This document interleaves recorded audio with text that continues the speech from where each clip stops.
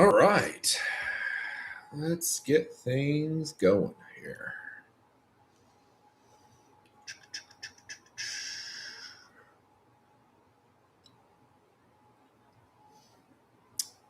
Can you guys hear me okay on YouTube?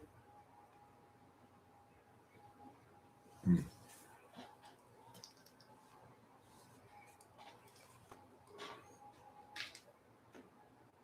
right, sounding good. All right, awesome. All right, well, welcome everybody. This is going to be the first time we're going to do this, so there'll be some learning. So let me know and give me any feedback. I want all of it. If you all do me a favor in the Discord, if you will, if you see something, you think of something, whatever, you can just ping me in the Discord, or you can drop it in the let's drop anything you guys think that we could do better potentially for the next one. Do me a favor and let's just drop it in the list, the live stream list review channel, and we're just going to jump straight in. So part of the fun of this is going to be listening to me butcher some of y'all's names, so I'm going to apologize in advance for that, but here we go. Oh, I'll turn this off.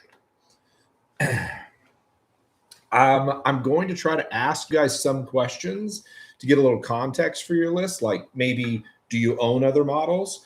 And if you do, great. If you don't, we'll figure it out and work from there. So Beowulf, you're in the Discord actually. You linked a Sisters of Battle list. My first question to you is this everything you own, or are you completely open to shifting some stuff around? I'm going to go with the assumption that you're good with shifting some stuff around. So here would be my 2 cents. Let's see. Can I share my screen? I can. Outstanding. So here's his list. So his list is a, let's see. Oh, we didn't say anything. Okay, so we got a Champions of Faith list. So some of the stuff in there is pretty standard. A couple of things that are a little unusual is when I looked down, I noticed that you have 2 squads of Sacrosaints, and then you have a baby squad. That's pretty normal. I actually run a similar thing. I'm assuming you're putting the Palatine with one of them, Hospitaller with one, and then Junith with one. You're probably putting Junith with the baby squad, and you're putting the Hospitaller and the Palatine with the big squads. Palatine going with the Halberd version because she'd give them lethal, so they'd have lethal and sustained. I've tried this combo. Many, many times. I think the Palatine is an awesome character. Save yourself the points. First off, the enhancement is doo-doo butter. Drop it. I would also drop the Palatine, and I would just pick up a second Hospitaller. That'll give you 20 points back into the list by literally just making that swap right there. The next thing that I did notice was that you actually have 2 armigers. No. I know what your thought process is, giving you some fire support. Here's where you can have way better point value if you want to accomplish the same thing. So we're going to start with the Warglaive first. 140 points, and you're basically getting like a couple of shots, a couple of Melta shots, and then the thermal, which is just like a bigger Melta. Retributors are way better, and they're 20 points less. So now we've saved 40 points. They benefit from our army rule. They're just literally better all around. So I would strongly recommend dropping the Warglaive and getting Retributors if you're wanting some more damage. You don't need tough stuff. You have 3 squads of Sacrosaints, so we don't need that. So this is so from a damage perspective, Retributors will hit harder, more consistently. You can use Miracle Dice, use them to feed you Miracle Dice. So I would 100% drop the Warglaive. So you've now saved 40 points. I would drop the other armiger, the Helverin, as well. It's just terrible right now in the meta. I would drop it all together. And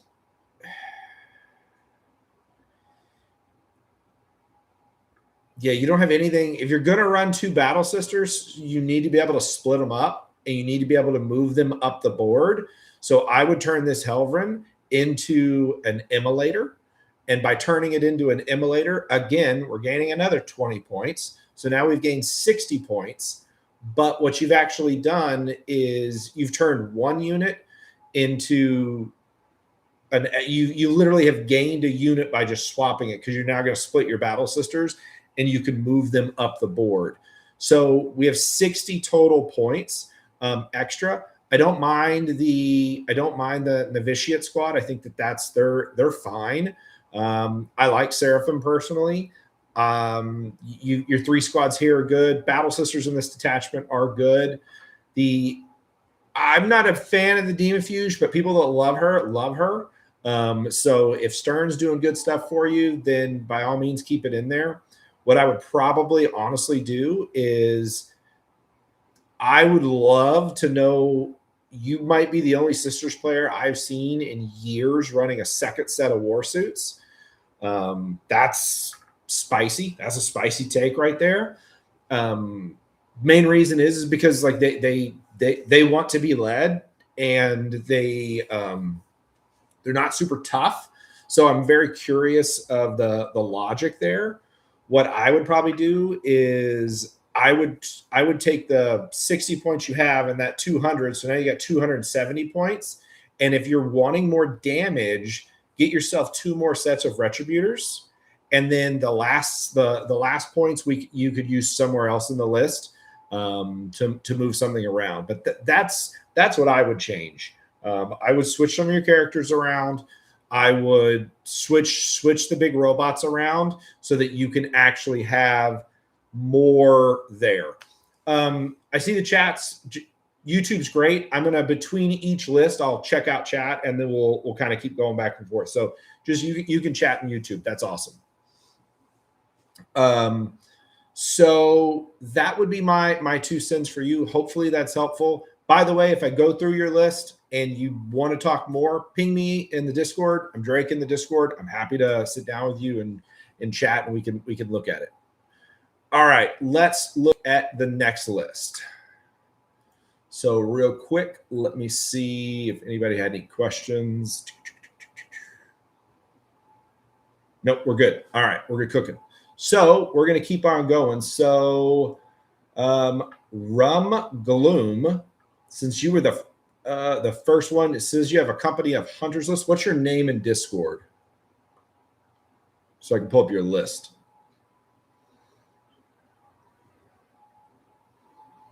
Rum Gloom? I don't think that's your name in Discord.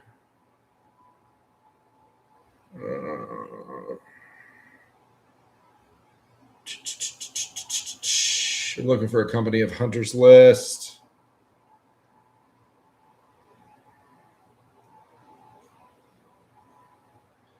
All right, Rum, if you're not here, we may have to come back to you, sir.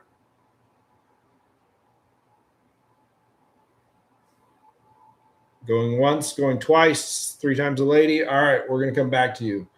All right, Gene, my man, I think I saw you in chat.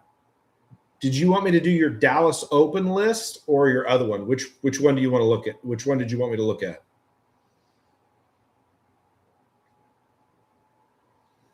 I'm guessing the Dallas Open one because you're probably prepping for that, but yep, got it.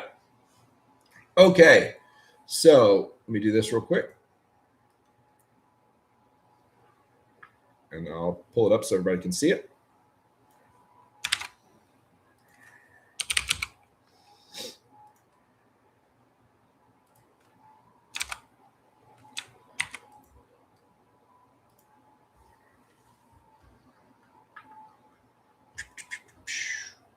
All right, second list. Okie dokie. So you've got a Chaos Space Marine. This is probably similar. I'm guessing this is kind of a Frankenstein monster of the other night when me, you, and Charles were all talking. So okay, you've got 1 Lord, 2 Lords. Cypher. God, Cypher is so good. Lord Discordant. Okay, let me kind of see the whole thing. Terminator, Source. Okay, Cultist. Legionary. Rhino, Bikes, Vindicator, Raptors, Three Noises, and Nurglings.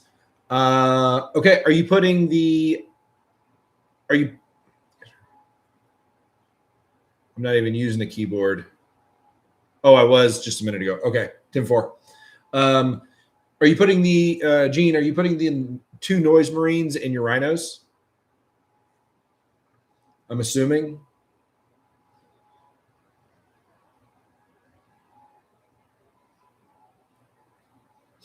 I'm gonna assume you are.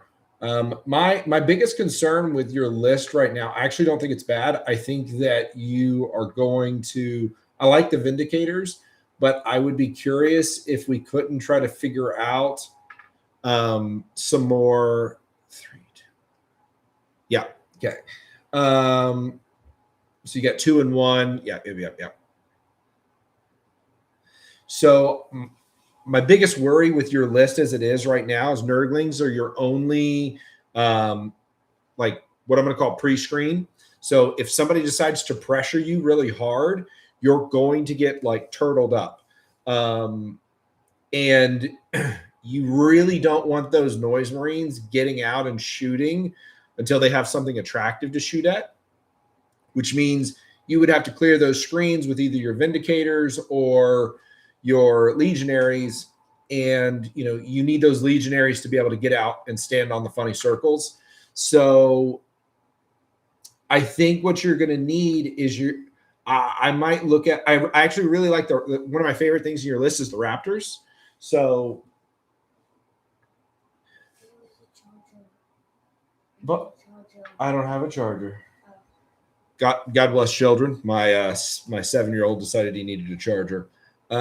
So I really love your Raptors. So what I'd be curious is how could we get... Do you own... If you own more Raptors, my question would be, how do we get maybe a second squad? Because the beautiful thing about the Raptors, they can fly through the screen, shoot it, and then continue to do some pressure work. So I'd be curious if... Okay, you got a second unit. Yeah. So I think we need to figure out how we can get a second unit of Raptors in. My initial thought right offhand is if we drop the Bikers, which would free you up 70 points, then we just got to basically find you another... You're using one cultist for your home point, the other one to screen the other side of the field. Is that right?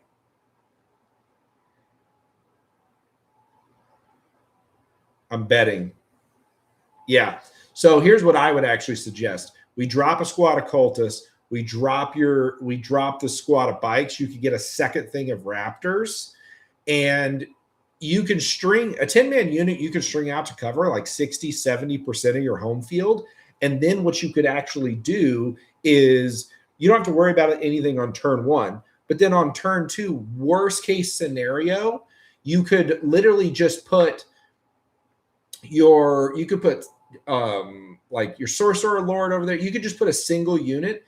You're not really an army that people are going to like get behind, because you're going to kind of like anchor. Like this list wants to anchor onto 3 points. You're going to have your Vindicators. They want to do close range fire. You're going to have your Legionaries as kind of the chaff out there, and then your Noise Marines. The only other thing, I do think your list will be more efficient if we get that second thing of Raptors, because it also gives you more mobility and they can't be screened. The only other thing that we might want to look at is, once you play it a couple of rounds, is not having a long range threat, or something that forces them in. And what I mean by something that forces it in is like Huron's new Misfit Toys unit is a crap. It's I don't actually think it's the best unit, but it's a ton of health and it's cheap. So something like that is really good at forcing your opponent to have to really commit some stuff into you.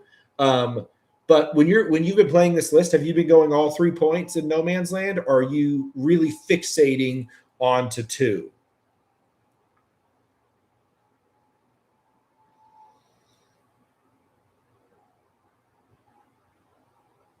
Yeah.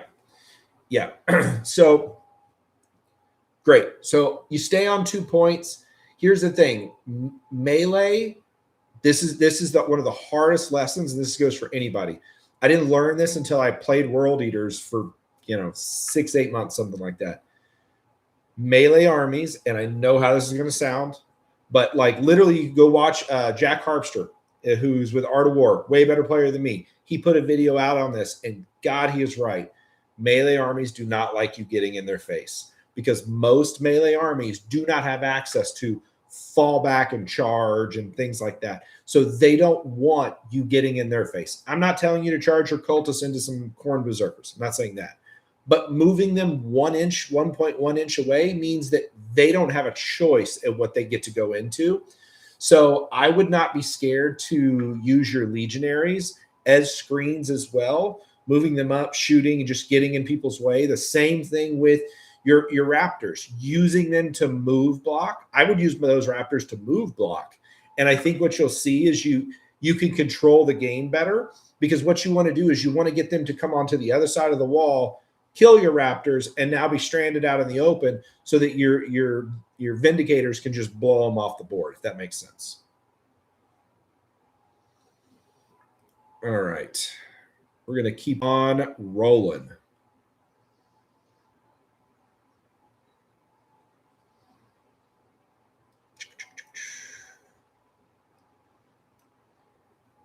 And Gene, if you're still I do think the one issue you're going to have is long range shooting.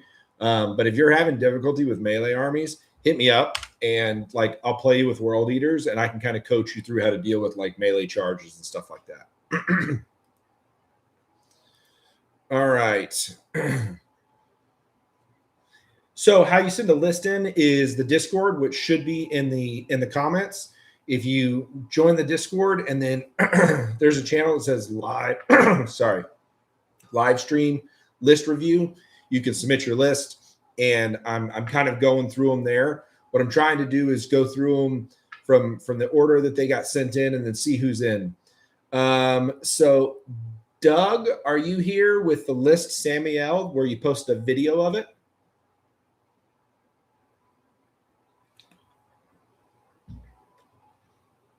It's a whole bunch of motorcycles.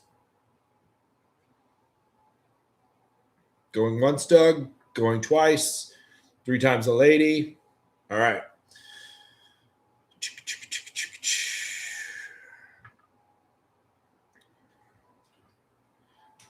All right.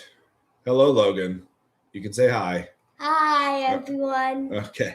Love you too, buddy. Love you too. All right. Okay, buddy. Texman Gaming. Texman Gaming. Are you here with your lovely salamanders?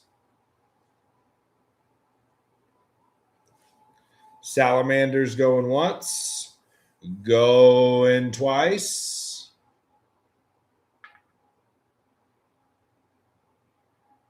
Hello, I just got my first. No, you should not go all bolters.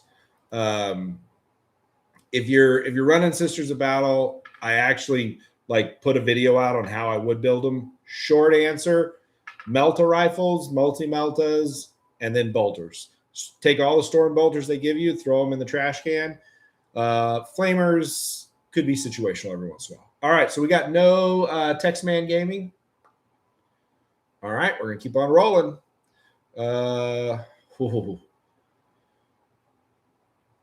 Toboggan 9.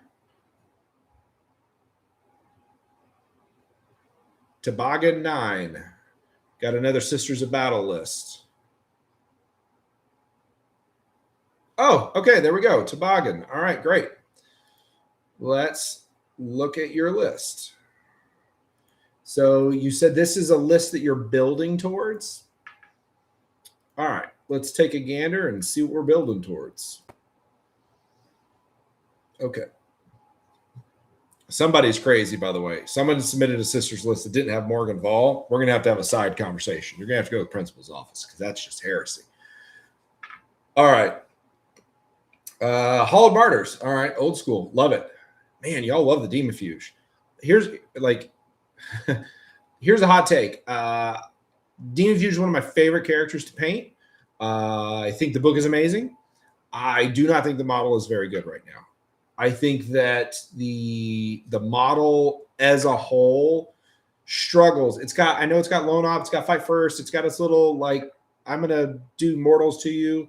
It's in the channel, so I have a list of like what to buy first in Sisters, and I go over how to build them. I also have a list on like how I would start with 500, 1,000, and so forth and so on. So if you like the Demon Fuge, absolutely keep it in there. But in my opinion, I don't think she's a great unit for 85 points. That being said, all right, let's jump in. I definitely would not run the Demon Fuge and Saint Celestine at the same time. You're a madman. Saint Celestine, by the way, maybe my favorite model in my collection. But you don't run both of them. And I think Saint Celestine is actually very good. Saint Celestine is one of the hardest models to run effectively because people think that she's going to be like a damage unit. She's not a damage unit. She is a point scoring, screening, I'm going to get my opponent to overcommit into this unit model. Like it'll kill trash. Don't get it twisted. But like she's not going to go pop a transport or anything like that. I think she's really good. But to play her right and to understand how she works, just keep in mind that there's going to be a little bit of finesse that has to go in there, if that makes any sense. Battle Sisters. Okay. Flamers. Okay. I would, again, especially in the meta we're in right now, Meltas. Everybody's running Terminator-style infantry, tanks, or big stomping monsters. And if you go against, here's the thing. The only real dangerous list in the meta right now that doesn't do that is Recon Guard. And if you go up against Recon Guard, here's all you do. You pull out your clock, you set it there, and on turn one, if they're efficient with their time, you forfeit the game and go to lunch early because they're going to beat you. Recon Guard, a Recon Guard player that knows how to play their army and doesn't clock out is the best army in the game. Like it's not even close. But if they don't know how to play it, they'll time out on turn two and they're the easiest win. They're the easy. Recon Guard will either be the easiest win you've ever had or the hardest loss you've ever had, just depending on if they know how to play the army efficiently. So other than that, don't worry about hordes. Assume what you're going to be shooting at is going to be toughness 8 or higher. Strap on the Meltas. We got 2 Immolators. Got Arcos for scoring points. 2 Cassies. Interesting. What do we got down here? Okay, War Suits. I love Mortifiers. I think Mortifiers are low-key outstanding unit. I would switch, just so you know, I run 1 with a flamer, and that's my one that I'm charging out there first to the midpoint. All the rest of them I run with bolters. Main reason is because your mortifiers are very typically going to be something that you use to run into a screen, or they're doing objectives, holding stuff. Having the 36-inch heavy bolter that you can shoot is actually way more efficient than the flamer. I only use the first one because it's my kill an infiltrator unit, kill whatever they threw on the midpoint.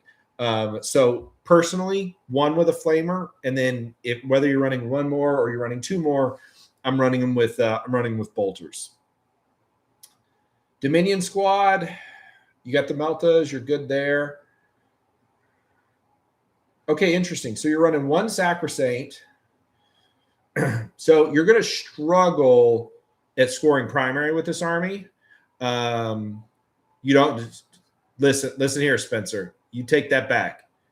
You don't want to run into let me rephrase. You don't want to run into a good Recon Guard player in the wild. I played Wesley St. Hines Recon Guard, and it's maybe one of the most frustrating games of Warhammer I've ever played in my entire life. So you don't want that smoke. You don't want it.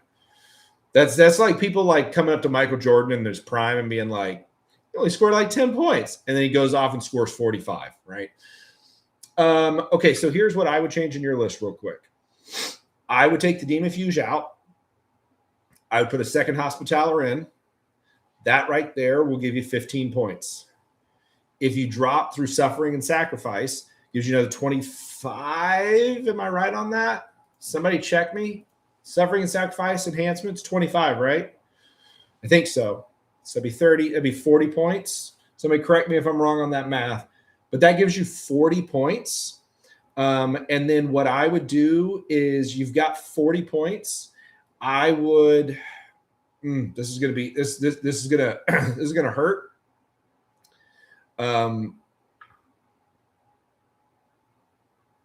You're new, right? Am I correct in that? Toboggan 9, you're a newer player, correct? Yeah, okay. Take Celestine out. So here's what you do. You just gain 60 points and you drop Celestine. You pick up 1 more Hospitaller and 10 more Sacrosaints. And they will be way more durable. You will be able to play the game a lot easier and not have to worry about stuff. And then with the extra 10 to 15, you'll have like 10, 15 points left in your list. The Canoness, you put Saintly Example on her, which gives you D3 miracle dice when she dies. And your list will feel a lot tougher. You'll be able to play more of the game. And I think you'll have a much better experience. If you want to play Saint Celestine, then you need to play a very different list than this. That is going to be a lot more of a pressure list. This is more of a kind of a combined arms hybrid list. If I'm going to play Celestine, I'm playing a pressure list. All right. Let's keep on rolling. Hopefully that's helpful. Okay, who's next? Jake. We got another. Is Jake here or Cypher, Huron, Blackheart, Masters of the Maelstrom? It's kind of like it looks like what you got here is kind of a new. Yeah. Oh, you're playing the Raiders. You're playing the Raiders. I hope you're here because I'd like to talk about this list.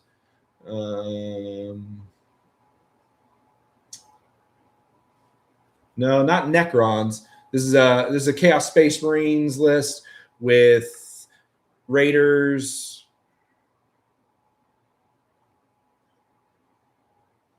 All right, Jake with Huron Blackheart going once, going twice, and okay, we're gonna keep on rolling. And by the way, I'll say thank you. I saw a few people made a couple donations. I really appreciate that. I'm not overlooking it. I'm just trying to get as many lists in as I can, and I will come back and say thanks for all those.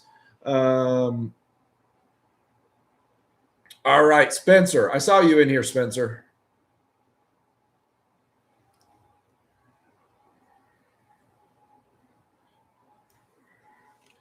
You and Gene are going to have to let me come play at y'all. Look like, is that table at one of y'all's houses?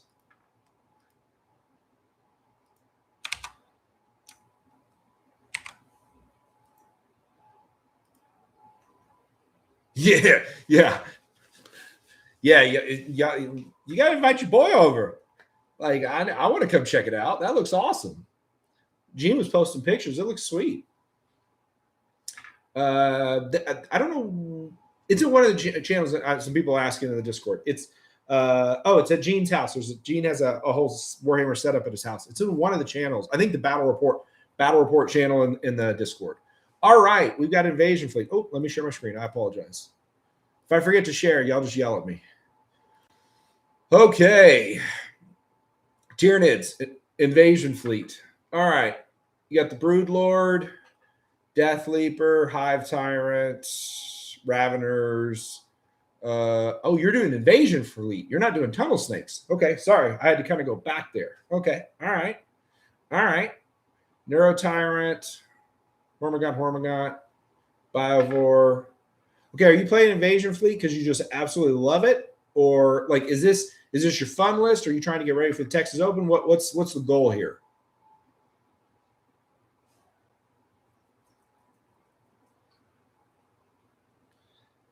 Rowlett's like 20 minutes for me, brother. Going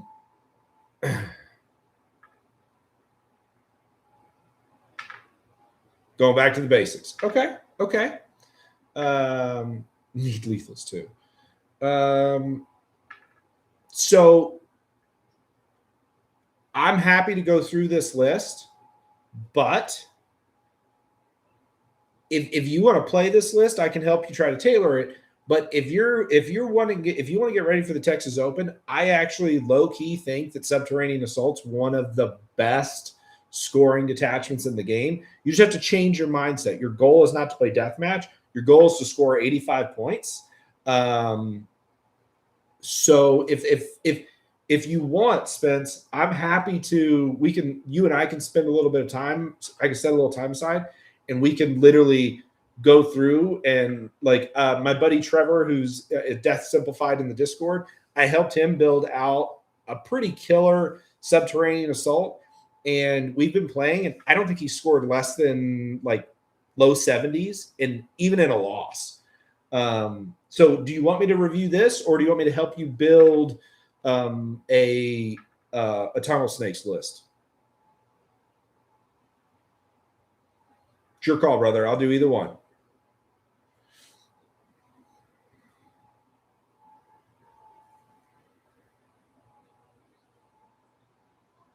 Okay, done. All right. So the biggest thing that you're going to need is, Gene Sealer, Lictor, Maleceptor. Okay, so I like the Tyrann effects. You got the Rupture Cannon. Okay. So here's my take on the Tyrann effects. I'm a firm believer that like you need to run 2 or you run 0. And the main reason is because if you only run 1, you know what shooting lane that thing is going to be firing down, and you're going to try to like run away from it, so to speak. So we either got to run 2 of them, or we need to switch. And I think they're called, if my memory is correct, the Maleceptor. Not the Maleceptor. The something scepter. Oh God, I was just talking to Chris about it. What is it called? The Exocrine. Okay, Exocrine is a cracked unit that I absolutely love. So how many Exocrine do you have in the list? Okay, you've got 2. Yeah, so here's what I would do. I would put a third. I would take the Tyrann effects out. I'd put a third Exocrine in the list because 2 things. 1, it gives you 60 points. The 2 shots, when they proc, it feels incredible. And when they miss, it's like, cool, my 200-point unit literally didn't do anything. The Exocrine is good into Catan. It's good into vehicles. It's great into infantry. So it's just so much more versatile, in my opinion. That gives us 60 points. It is a roulette cannon. I do not like the Raveners outside of the Tunnel Snake detachment. So between the Raveners and you have I think you have the leader. You got the leaders too. I would personally if you drop the leaders, that's 165 points. You can get a second Maleceptor.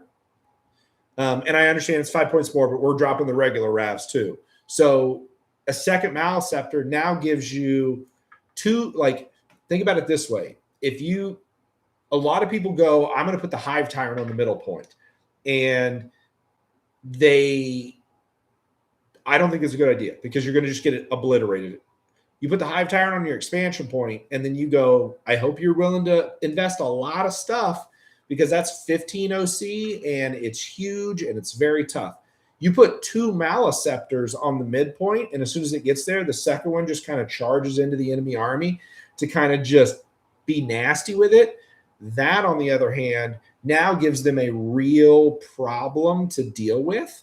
And what I would do with that extra 120 points, I would upgrade one of your Gene Stealers to another 10-man, because Gene Stealers, and I don't know how good you are with rapid ingress plays, I think Gene Stealers are I was about to say a really bad word. I think they are poo-poo when they have to walk up the board because they die to a stiff breeze.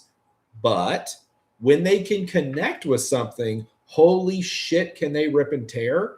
So to me, the Gene Stealers are I'm going to rapid ingress them behind this wall so that they're safe. And on the next turn, they're going to move and then charge. And the reason that I like 2 at the higher stack is because you can move 1 up typically in a staging spot somewhere in the middle. And then you can rapid the second one because you want them to go at the same turn because they're going to get one of them is going to get Overwatch. So if you go with both at the same time, you want to go with whatever one you are like is a least favorable charge because you're trying to bait that Overwatch out.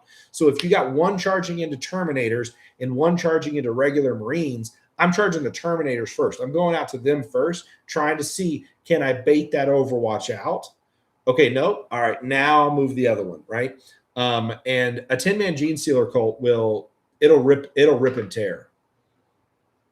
Yeah, I know it's the Raveners. The Raveners they're so expensive. They're so expensive. You got to keep in mind, man, what you're talking about, 125 and what, 165?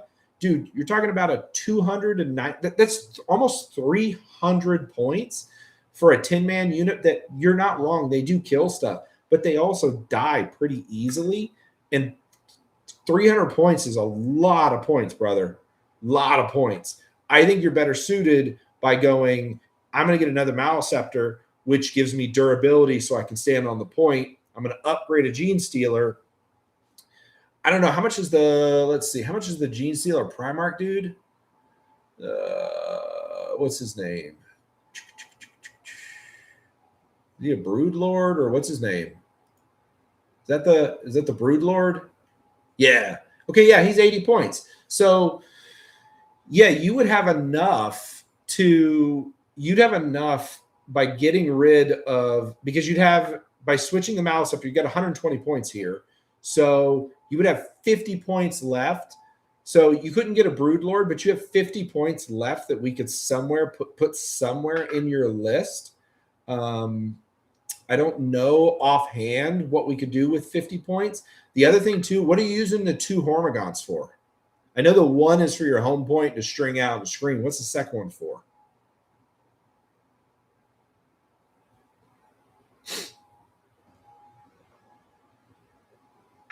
I'm betting you're using them to either grab circles late. Yeah. So what I would probably do, you got 50 points. I'd look and see if we converted that second squad of Hormagaunts, which would now give us 115 points. If there's something that we could actually get that we could really use, 115 points, like you could potentially get a Lictor and something else. Like I think 115 points, we could get something that could help us, because you got to keep in mind, you got a couple of Lictor units, so you're going to have some infiltrators. You've got something to hold your expansion with the Hive Tyrant. So he's a monster. He's or where is he? No, you had him in here. I'm not crazy, right? Yeah, there he is. Hive Tyrant. So you have a Hive Tyrant, right? So your Hive Tyrant's going to go over there and, oh, no, you don't have one. Oh, you don't have one. I thought you did. I thought you had a Norn. Okay, you don't have a Norn. Oh, spicy. That's spicy. Yeah, so we're going to have to – the best list that I played a Tyranid player, and I think putting a Norn on your expansion is an awesome play. I know they're expensive, but it's 20 points. It's pretty much 20 points guaranteed for you. So I think what we actually need to do is let's start over. Let's take your list as it is. Let's scrap the Raveners. And if we scrap the Raveners, that gets you a Norn, just basically straight up, and you'll save 20 points. Like we talked about, turning the Tyrannofax into a second Exocrine gets you 60 points. So now we have 80 points left over. And then with your last 80 points, you upgrade the other Gene Stealer. Yeah, okay, that's just being an asshole running 3 Norns. That's funny, but is being an asshole. Running 3 Norns is, just so you know, is a list that against a newer, like against like intermediate to newer players, it's a bully and you'll win a lot of games. As soon as somebody knows how to deal with it, then it gets really difficult because they're going to realize I don't need to kill all 3. I'm going to focus on everything on one and then go from there. But that's what I would do. So that's what I would do. Your Raveners are going to turn into a Norn, and then your Tyrannofex is going to turn into an Exocrine, and then you're going to upgrade a Gene Stealer pack. That's what I would do. All right, we got there. It took us a minute, but we got there.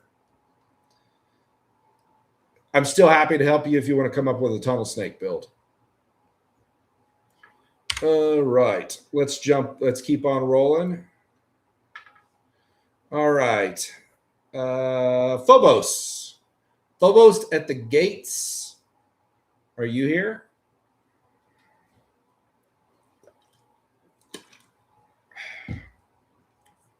Phobos at the gates with an Eldari list. I love me some Space Elves. Going once, going twice, 3 times a lady. All right. We'll keep on rolling. Fox McCloud with another Tyrannid, another invasion fleet Tyrannid. Holy shit. Going once, Fox McCloud. Going twice. All right. I'll do some of the people that aren't here kind of in rapid fire at the end. All right. Nathan, Dark Angels. You here? I think I saw you in chat earlier. All right. Go Dogs. All right. Okay. Paste as is. There we go.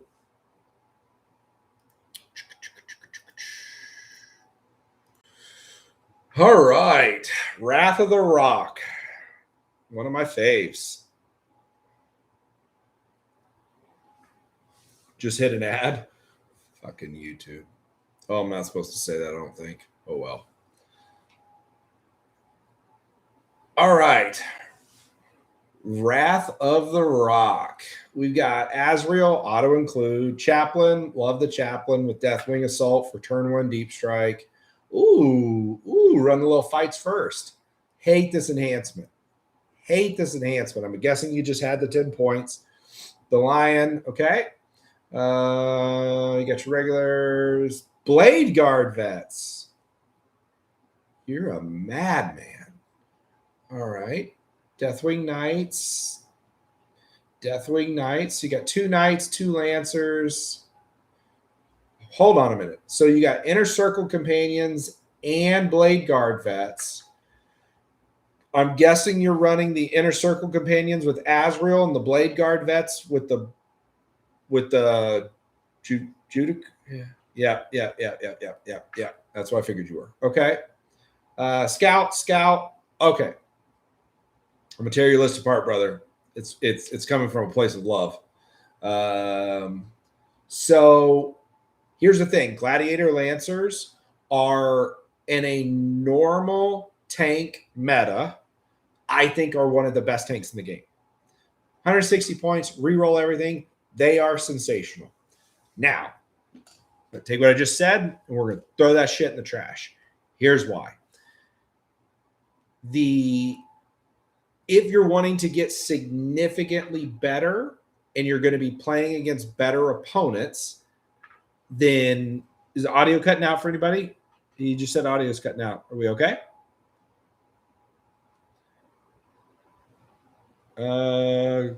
Can somebody in chat let me know if we're good? Okay.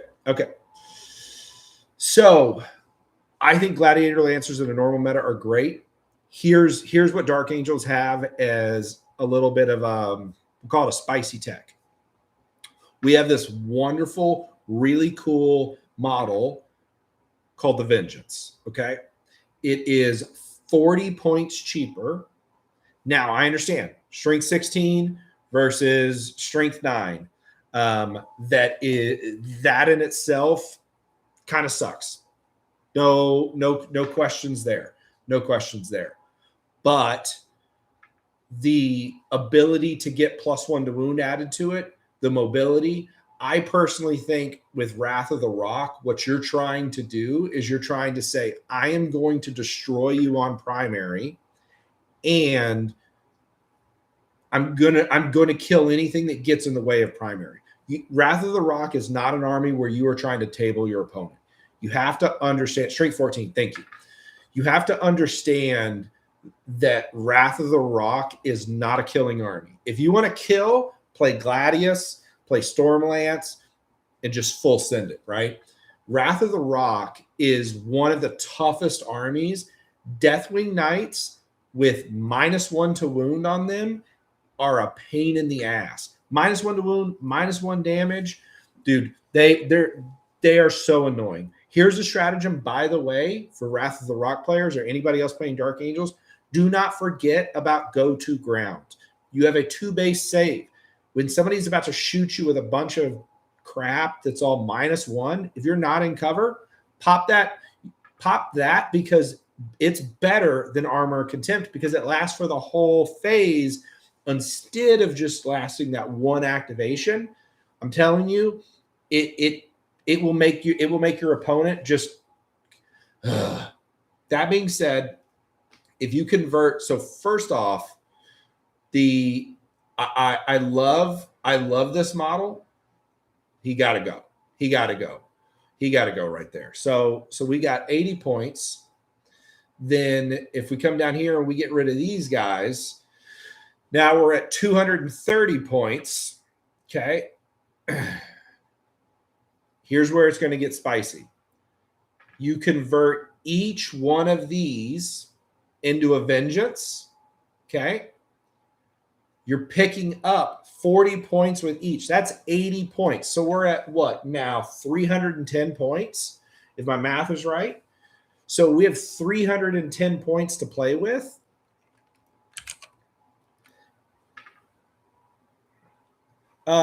You submit lists in the Discord. So if you join the Discord, there's a list submission channel. Pop them in there. So if we got 310 points, here's what you do. You add a third vengeance, because 3 vengeances way sexier than 2 lancers, because the angles that you can get, that movement 14 is disgusting. And when you're firing multiple in, it's going to be amazing. Then I don't want to tell you the wrong one, but I always get, there's so many Thunderstrike, the Space Marine speeders, there's so many of them. I get them confused. I think it is the Thunderstrike. Yes. So if you add a third vengeance, you still got 190 points left. Then what we're going to do is we are going to then add a Storm Speeder Thunderstrike.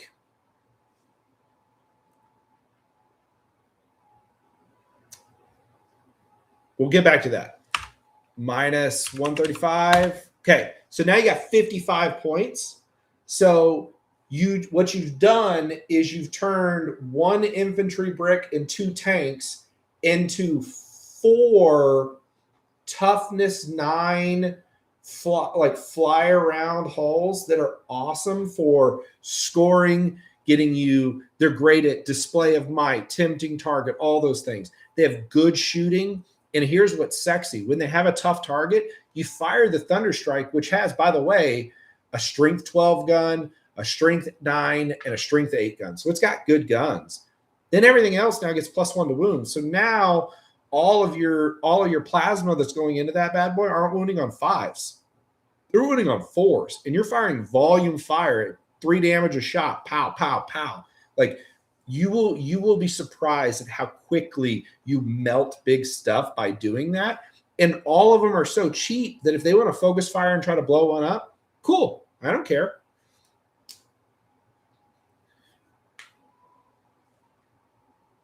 Okay, Putty, mind playing my first RT tomorrow. All right, Spencer LG, I'll try to get to you, brother. And then your last 55 points, honestly, this is like, I love the 2 scouts. I love scouts. I think scouts are amazing. They're really good for scoring. They're really good for screening. What I might be curious about is if we got rid of that scout, we have 125 points. What could we do with 125 points? You run a very different Wrath of the Rock list than I like to run. So,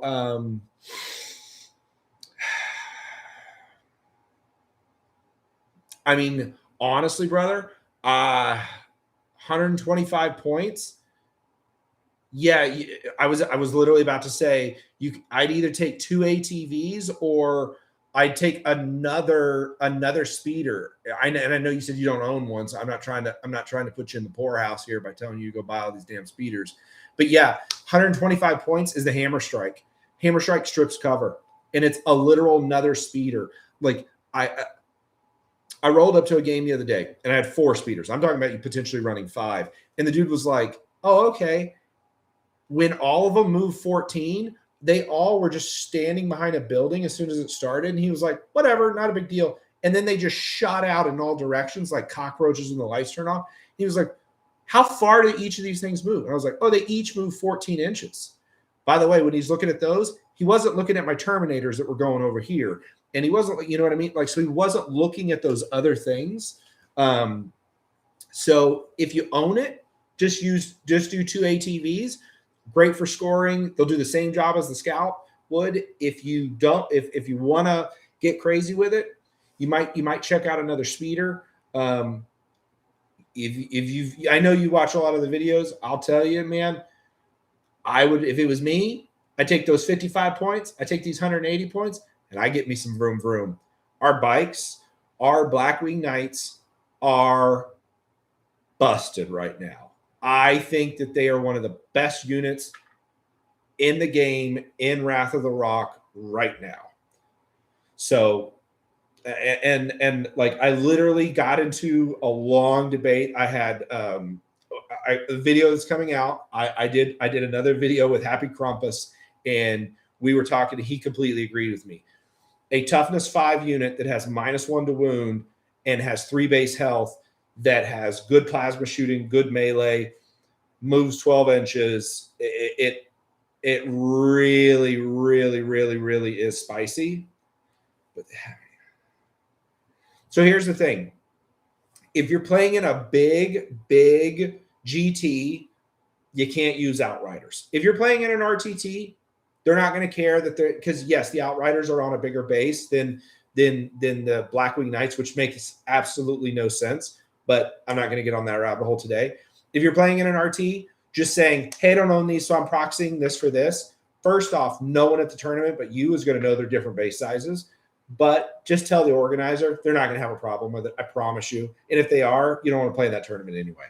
So if you have 9, then if you want, I can work with you on a list where you have 3 3-mans, and we can kind of like really toil with this. So I'm happy to work with you one evening, and we can really tweak and play with it. Hopefully that's helpful. All right. Keep on rolling. Okay. Everett Eldari. Are you here, Everett? Warhost. It's a good detachment. He's trying to keep me before I start attacking it. Everett, going once, going twice for Eldar. I do think Warhost is a good detachment. I don't think it's the best one, but I do think it's a good one. Okay, Oscar. Oscar, are you here for Hollowed Martyrs? Oscar, going once, going twice, 3 times a lady.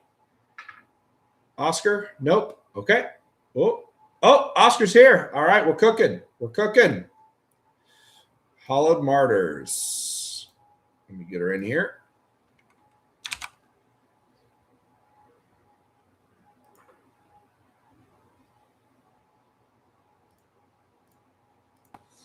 All right. Canoness with Jump Pack with Suffering and Sacrifice. Okay. Hospitaller, Saintly, Hospitaller, Vol, Junith, Battle, MM, Rhino, Cass, Sack. Dominions. I'm assuming the sacks are both 10 mans. Dominions, Ret. Okay, first thing we're going to do is we're getting rid of the Zephrons because they are doo-doo butter right now. They don't have enough damage to kill anything. And if I'm going to move, I would rather have move, shoot, move than mediocre melee. So even if we just literally say we're going to switch these guys into Seraphim, you know, you can just proxy it over. Nobody's going to care, and you're fine. But we're definitely changing them. Rhino, MM. You're using the M to split the two girls. Rhino, I'm assuming you're using the Rhino to slingshot your Sacrosaints forward. Is that correct? And what I mean by that, if you don't know, is you put the Sacrosaints in so they can get out 3 inches and then move 6 and then go. I'm guessing that's what you're doing.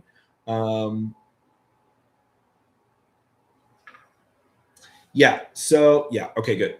So here's what I would do. I do like rhinos. I like rhinos in Champions of Faith more than I do in Hollowed Martyrs.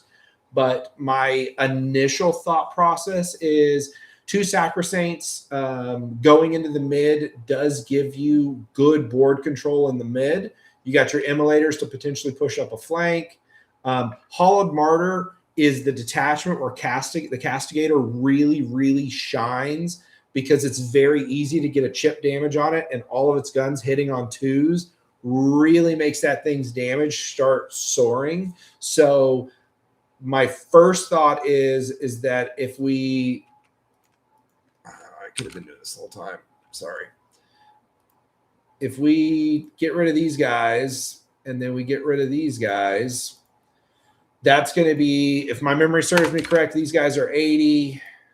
This guy's 75. So we're going to just, you know, these 2 units get you a second Castigator. And a second Castigator is going to be better than the little bit of mobility that you're getting from the Rhino and the teeny bit of screening and chaff clearing that you get from the Zephrons. So I think that to me is a slam dunk, no brainer. The other thing is I do like Canoness with Jump Pack. I don't think she needs the personally Suffering and Sacrifice. So I think we could get rid of this to get you just to get you some more points, because this would get you another 25 points. You said you have 5 there anyway. So now this gives us, well, let's see. That would get you 80 plus 70 is going to get you 155? Yeah. So, and you'd have 5 points from your list. That gets you your Castigator. So then we take that off. You got 25 points.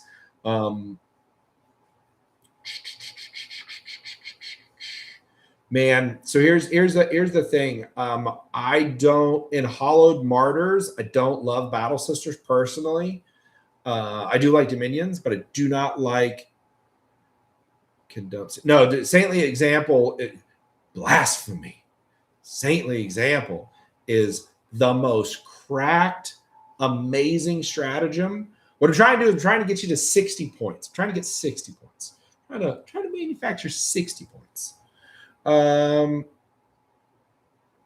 This is going to be a very different play style than maybe what you're doing. But if it was me and I'm trying to like win as many games as I can, I'd get rid of this Emmy, which is going to get you 115 points. So we got 25. I'm going to pull my calculator back up over here. So we got 25 for the enhancement plus 115 plus 105. Yeah. All right. So if we get rid of these Battle Sisters, you got a total of 245 points. You pick up a third Cassie. Castigators are incredible in Hollowed Martyrs because they're basically tanks that hit on 2s. That gives you 85 points, which is literally all we basically needed, which is great. So I'm now going to get me a Canoness, and I'm going to move Saintly Example to her. And you got, at this point, you do have 25 points, so we could just put this back on her, and you could be good. So the you will get more damage out of a Castigator than you will this combo, significantly more. 36-inch range tank is great. A lot of tanks are scary once they get in 24 because of rapid fire or things like that. She can just stand at the back all game long and just support fire, support fire, support fire, support fire, and keep going. So I think the Castigator is a much better tool. And the Canoness with Saintly Example is like one of the best combos in the game. So for any, I know we probably have a decent amount of Sisters players in here. Here's the play. Stage her safely. Turn 1, you run her out onto that middle point. Advance her. You don't care about doing anything, okay? When they're going to shoot at you, you go, time out before you shoot at me. Tell me the AP. Strength doesn't matter. You don't care about strength. Tell me, like, give me a ballpark. How many shots are we doing and what's the AP? If the majority of it's AP1, I'm spending my free stratagem on go to ground, so now I'm still saving on a 2. If it's a bunch of 2s and 3s and that kind of stuff, okay, cool. I'm going to pop my once per game. You're trying to force them to have to really commit shooting into her and cheese her alive. If they kill her, on average, she's going to give you 3 miracle dice. Then you go, cool, I'm going to spend 1 CP because they didn't spend any to keep her alive. Resurrect her. She comes right back, and your opponent's literally going to have this deadpan look on their face like, I just committed a 20-man, Cadian squad, or I just committed, 10, Rubric Marines or whatever to kill this pain in the ass, and you just got resources and resurrected her back. And it is a cheeky tactic because what you're doing is you're saying, if you don't stand on this point, I'm still going to control it on my turn, or I'm going to force you to charge me. And now you're really getting into my range. And if you have Vol hiding behind a wall right over here, wall, proverbial wall, because you can't go through walls, but like an L or whatever, they can't bring something really nasty because Vol will come out and kill it. So they're in this catch-22 of like, crap, what do I do? And then that way you don't have to have your Sacrosaints out in the open. You could stage them on turn 1, move them up some, then turn 2, advance them onto the point, and then you're really playing your game. And then one more cheeky tactic, and we'll move on to the next list. Canoness sits in the front line of your Sacrosaints. Never forget, we have suffering and sacrifice. When they charge a melee unit into you, you go, okay, cool story. I'm going to spend 1 CP. You have to attack the Canoness. And they're going to go, huh? All of that unit's attacks have to go into the Canoness. And then your Sacrosaints go, okay, cool. We're going to pile in, and now we're going to swing into you. And it's a nasty trade thing because especially if you haven't used your 2-up invuln, they go into the Canoness. You can pop the 2-up invuln. I have no exaggeration. I had a player last week. He charged 6 Bulgrim into me. Only 3 of them could attack the Canoness. She tanked all 3 of them. Popped her 2-up invuln. She just gave him the middle finger, tanked them all. Then my Sacrosaints picked up 2 Bulgrim into the fight phase. Cool story. Next turn, he didn't score the mid. I did. Awesome. So just some stuff you can do there.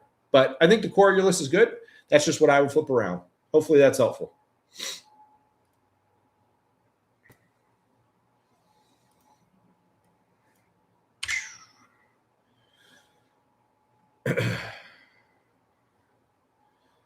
All right. Oh, Tau.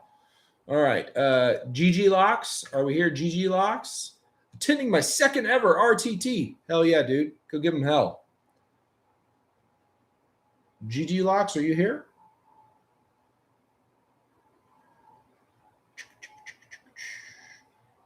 Going once. Going twice. All right. Keep on moving. I know he's not here. All right. And Kappa. And Capo. Dark Angels, Wrath of the Rock list.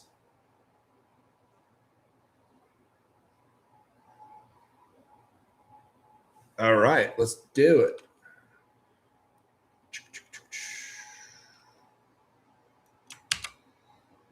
Present.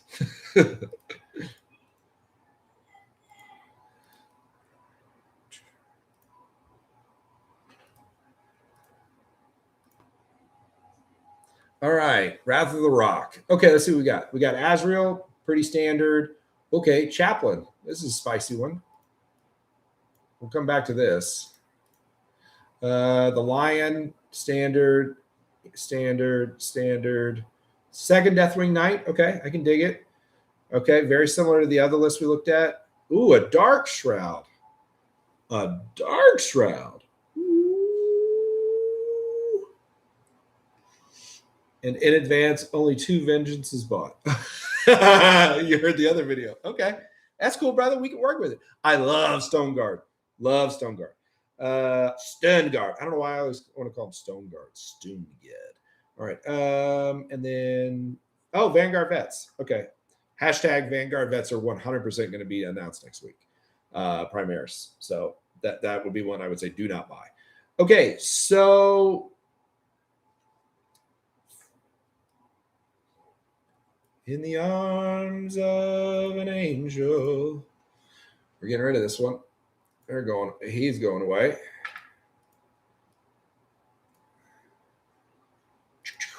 All right. Then the Lancers are going away. That's okay. We can work with what you got. So don't worry. Do you happen to have 5 more of the Stone Guard veterans? Can we make this a 10-man squad? Is what I'm asking.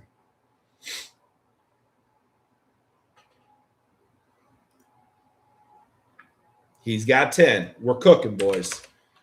We're cooking. We got the tech. We're cooking.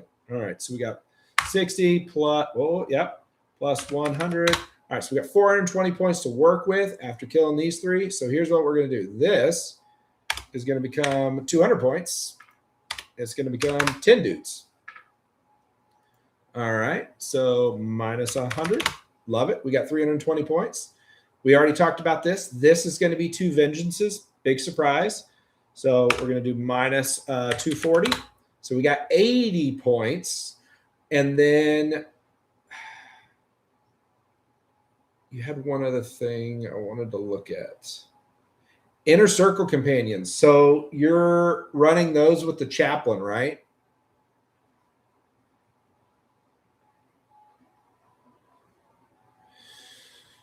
I'm assuming you're running those with the Chaplain. So here's my problem with, yeah. Oh, you're running with Azrael. The fuck are you running with the Chaplain then?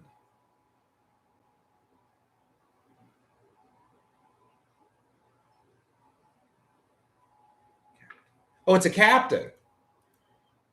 Oh, I'm just retarded. It does say captain. I swear to God, I thought it said Chaplain. Okay, I'm just retarded. Ignore me. So, okay. Yeah, we're going to get rid of this. This will give us some real good points. This is going to give us real good points.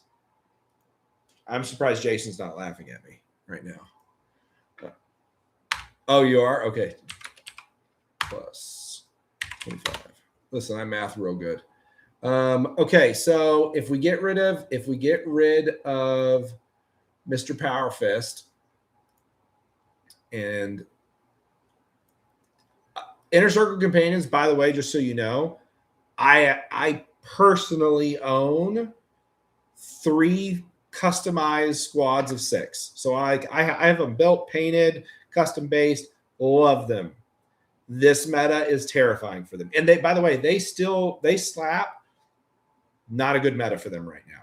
So the meta is just so scary for them right now.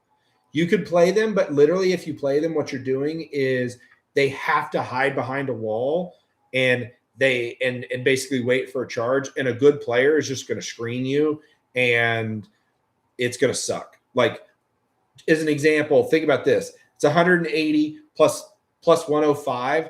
So you basically have there a 300-point brick.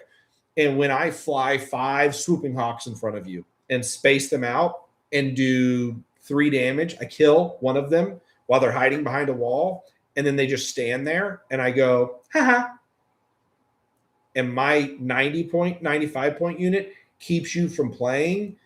It sucks, man. It sucks. Believe me. So that being said, if we take them out, plus 180, now we have a bunch of points. Okay, so if we have 2, I'm going to steal this. Oh, didn't mean to do that. So if we have 2 Raven Wings that are each going to be our lovely 120s, we still have some good points left over. So the question is, and this is, listen, bunch of points are good to work with. Here's my fundamental question for you. Do you want to play this as, because you were initially, it seemed like you were wanting to play it as a really shooty army. Because by the way, Azrael is going to be leading your veterans because you want them to have sustained hits. Because those 10 dudes with Azzy leading them can straight up kill a Catan, a Rogel Dorn, whatever. Like they will crank out somewhere around 12 devastating wounds, not to mention all the saves they're going to give them. So like they are a spicy meatball. But you need to be able to get them where they need to go. So that does take a little practice. So my question is, do you want to play more shooting, or are you trying to play more pressure? Because Wrath really wants to kind of sit back and make the opponent come to them. At least with the way you have the list currently constructed. Do you own, while you're thinking on that, also, do you own any bikes?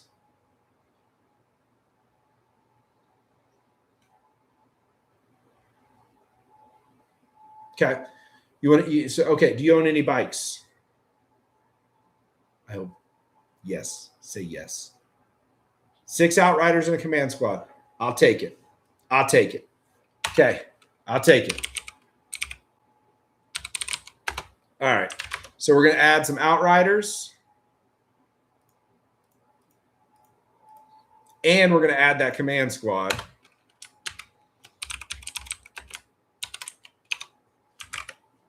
Whoop, not 102, 120.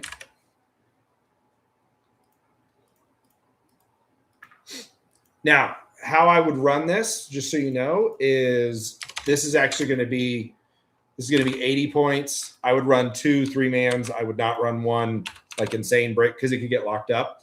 But what this does is this gives you a big brick to just shove out into the middle. Ooh, he's got Sammy. Ooh, we only have 90 points. We can't take Sammy. So the command squad and the 1 Outrider brick can go straight out into the middle on turn 1, with the 2nd Outrider brick literally can go right up behind them. With the goal being that you want to basically charge those units into the enemy lines and just gunk them up. Just gunk them up and block their movement, block them from getting able to play the game. Meanwhile, your two Vengeances are giving fire support over the top. You've got a squad of Deathwing Knights on your expansion objective. You're deep striking the other one on their objective, causing that trouble. And then the Lion is just playing whack-a-mole as he runs around the board doing what he needs to do. You got scouts to uppy downy.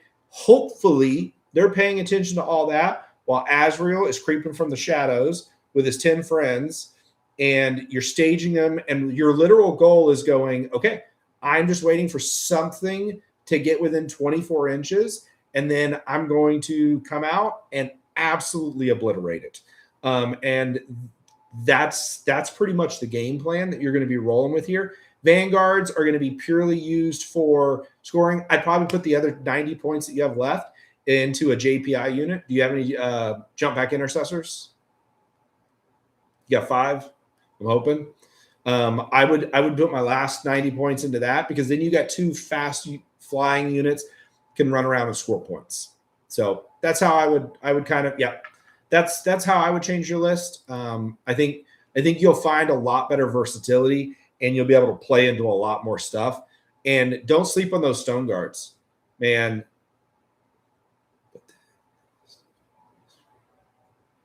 But then the list have no +4 anti-tank monster.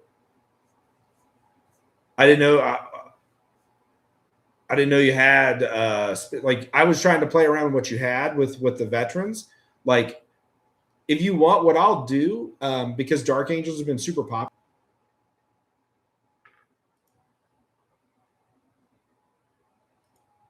Okay, sorry, don't know what that was. That was cool.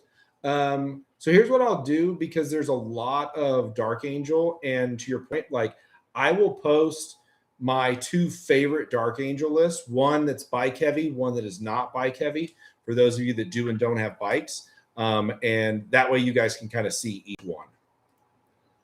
I was just building off of kind of the capo, what you had and what you had posted, trying to build within that. But I'll post what I think are the 2 most competitive ways to play Dark Angels right now. One is very bike heavy. The other is going to be is not nearly as bike heavy. All right.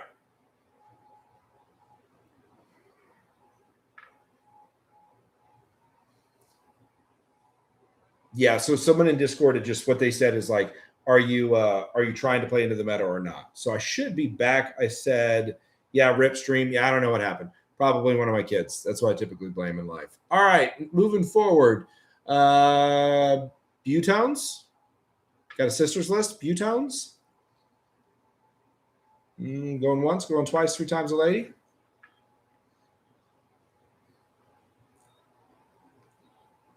Don't listen. They're talking smack. They're talking smack right now because I can't read. So yeah, that's you. 100% you. Yeah. They're making fun of me no read so good. Listen, all right.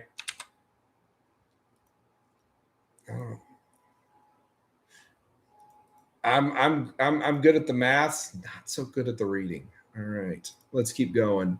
All right, let's look at this list. Let's look at this list, my man. Champions of Faith. That's my dog. All right, I love Champions of Faith. Although I'm not gonna lie, I got a spicy Hall of Martyrs list I've been playing.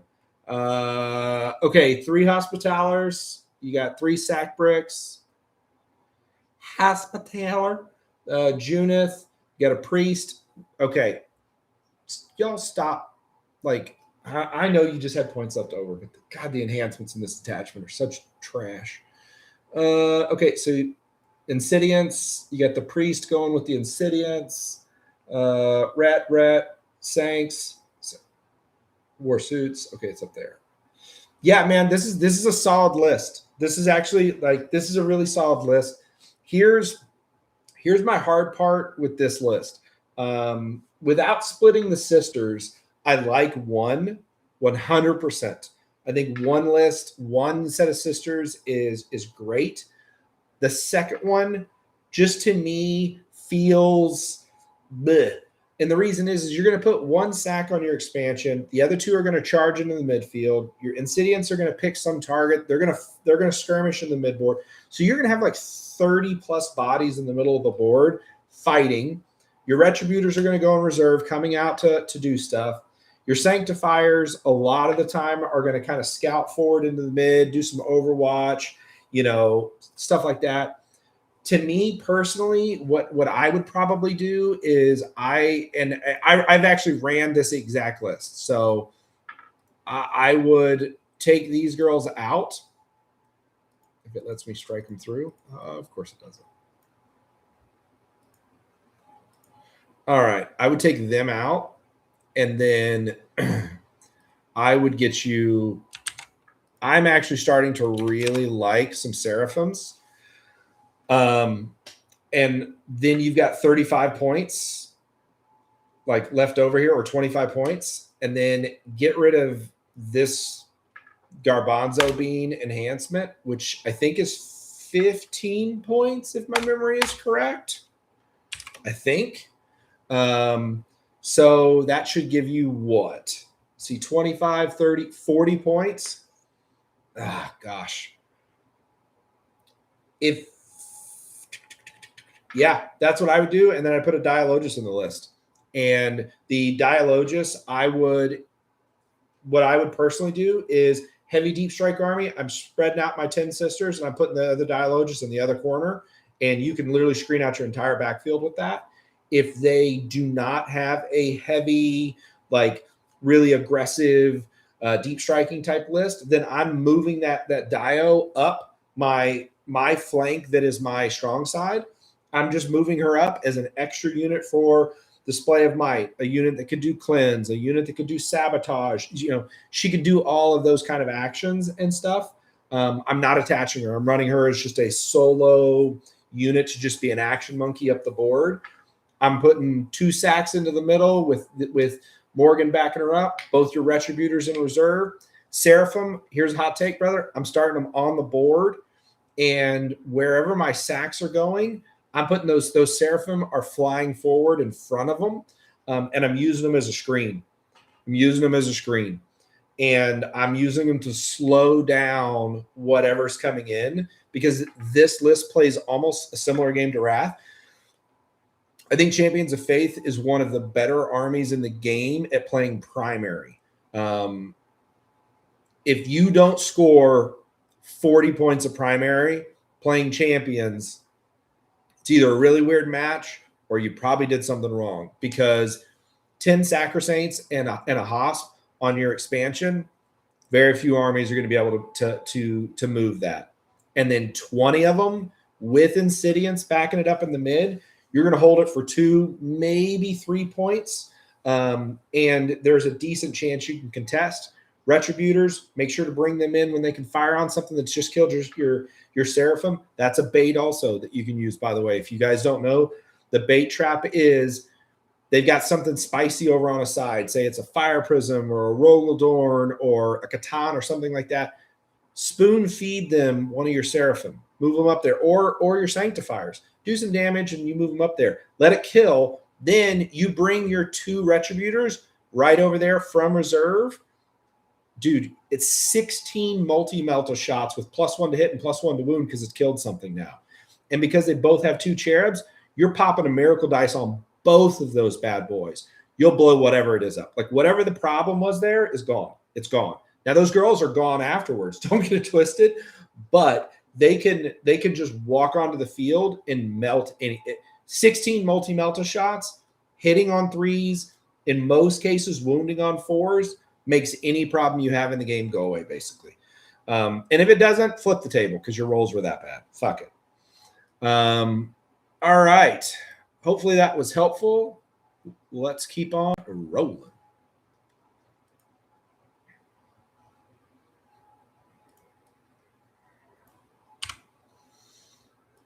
Yeah, I already cursed several times, so YouTube can just get mad at me. I don't care.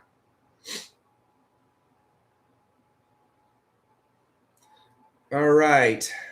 Dan, the man with the iron hands. Are you here?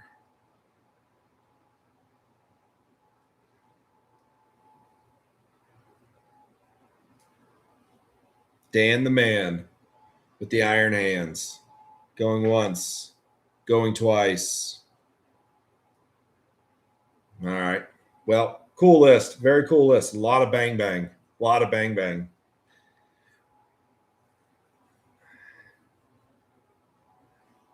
All right.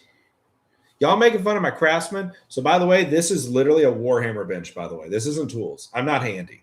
Okay. This is all tools and hobby stuff, but I had small children when I first bought it. So I needed to be able to lock stuff up. So it's literally just full of Warhammer shit.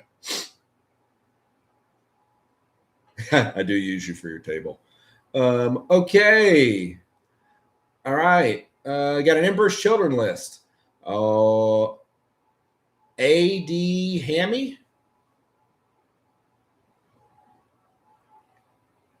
A.D. Hammy. Emperor's Children. Man, I feel hard. Like Emperor's Children is like one of the hardest lists to do because you guys have like 4 units. Going once, going twice. All right. It's probably for the best. What I would honestly do, AD, is I'm probably not going to get to yours at the end in the fast ones.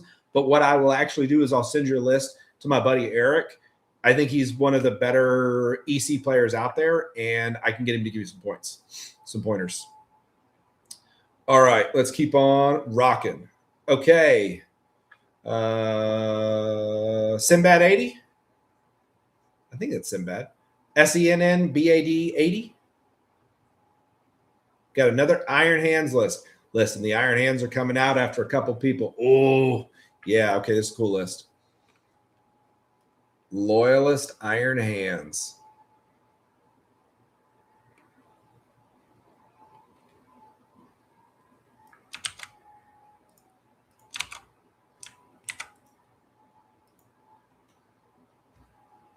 I got a soft spot for Iron Hands because Jonathan, the guy who runs Happy Crumpus Wargaming, awesome channel, by the way. We've done a couple collabs. If you haven't, you should go check his channel out. He was talking and he was like, I'm going to take Iron Hands. I was like, you're going to take what?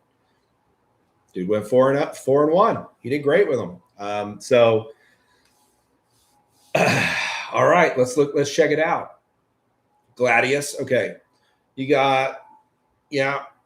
Interesting. You put the Artificer armor on the Biologus. That's an interesting thing. And not on the Gravis? You crazy. For those of you who don't know, Artificer armor makes them significantly tougher, gives them 2 base save and a 5-up feel no pain, I think, if my memory serves me correct. A lot of people put it on the Gravis Captain because the Gravis Captain takes half damage, so it makes him uber-duper tough. So not really sure, but first thing I would do is I would move this enhancement over to the Gravis Captain because it will just make him like stupid tough. But let's keep rolling. Okay, battle line. Got heavies. For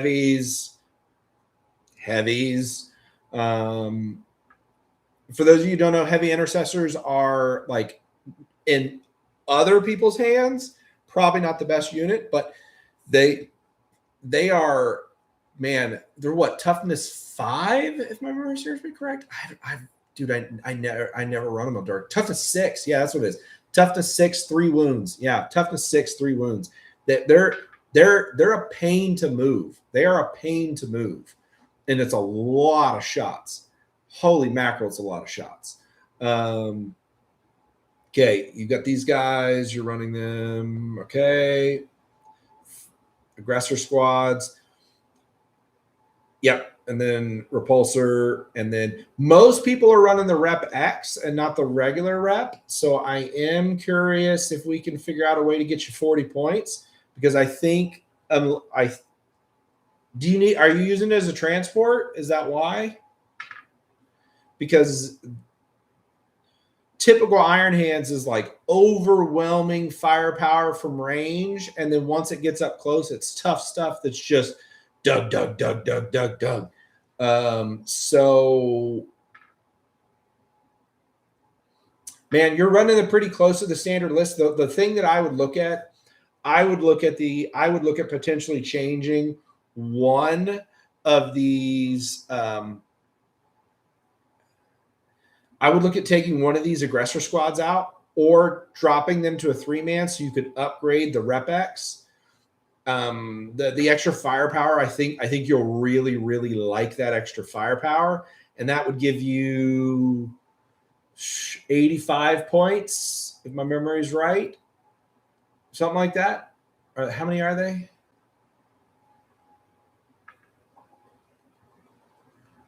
Aggressors. I think they're 85, right? Am I crazy? 95. They're 95 points. Okay. So give you 95 points. Yeah. So if you dropped 40 points on this bad boy, takes you, so because it's 220, it's 220 now, right? I'm not crazy. Rep X.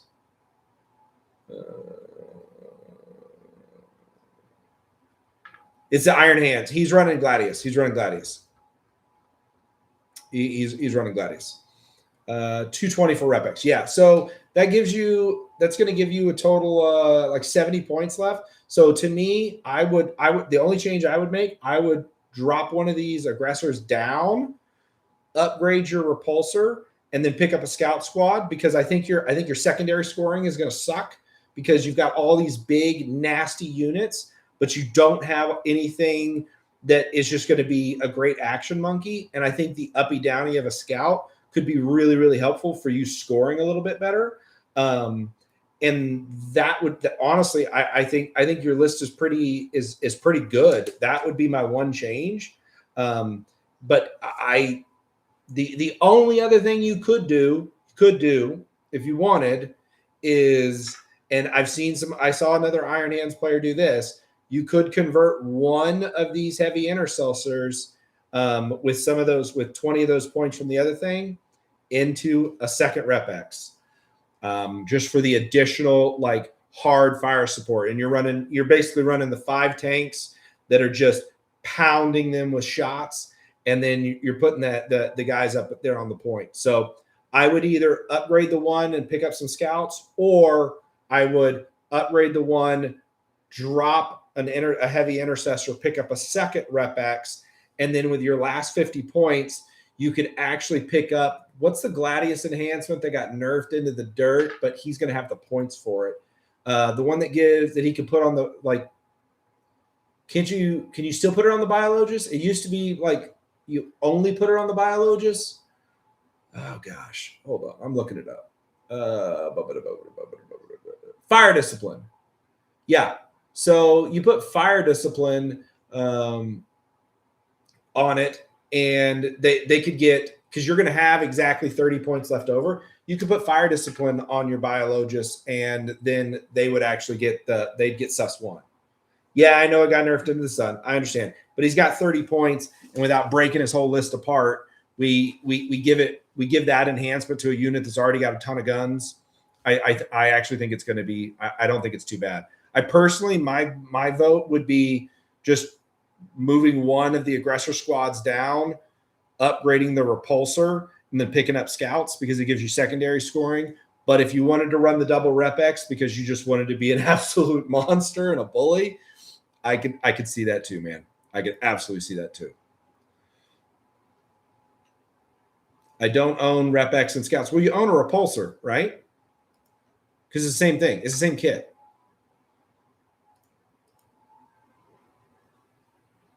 So if you own a repulsor, you can run the repulsor as a repulsor executioner. Same, it's literally the same kit. The back is a teeny bit different and it has an extra gun on it. No one's going to care that you proxy it, so you're Gucci there. And then no, they're different kits. Am I crazy? I thought they were the same kit.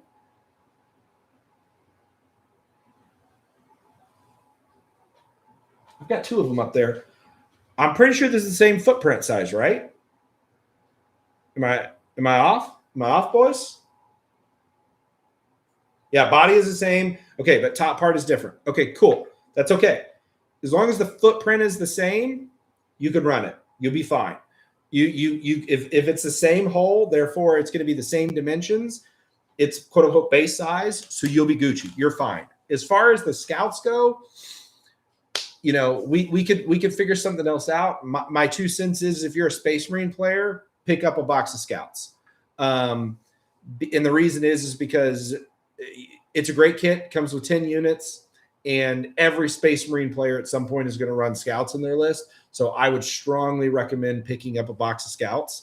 If not, then you had 90 points. You could play around. I mean, you had 70 points. There's a bunch of different stuff we could play around and get.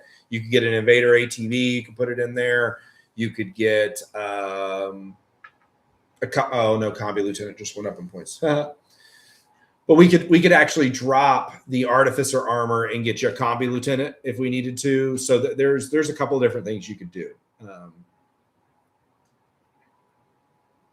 Yeah, I like having one infiltrate option also. That's the main reason I like to scout them, infiltrate them, block some stuff. So that would be my recommendation. Upgrade. You can run your repulsor as a repulsor executioner because it is. I was wrong. Different kits, but same hull. So then you could proxy it. You'll be totally fine. No one will care. I would recommend picking up some scouts. If you don't want to, then you could run it. You could absolutely run. You could run incursors. You could do that instead. All right, let's keep on rolling.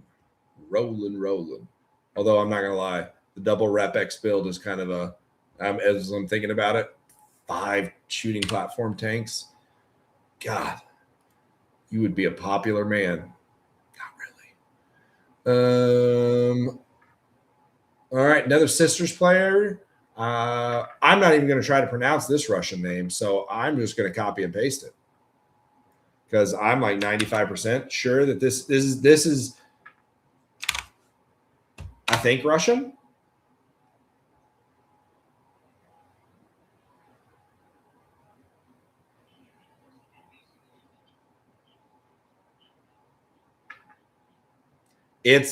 Listen, it's cooler than my name, but is that individual here going once, going twice? All right. It's probably the middle of the night where they live. All right. Ben K with some Blood Angels, the Sons of Sanguinius. Going once, going twice. All right, Ben K, we're going to have to cry for you another day. Oh, y'all ready for me to fuck this name up? All right. Murva? Oh, wait. Ben K, are you here? Is that you?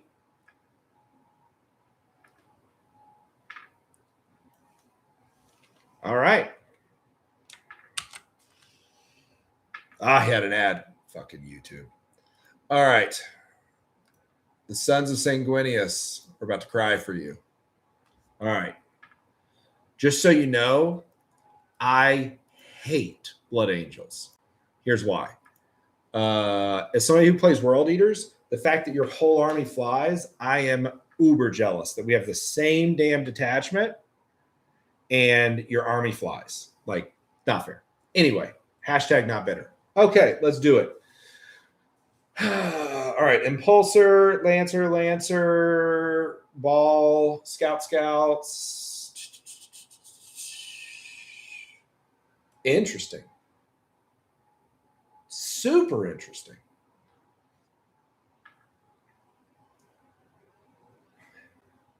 Okay.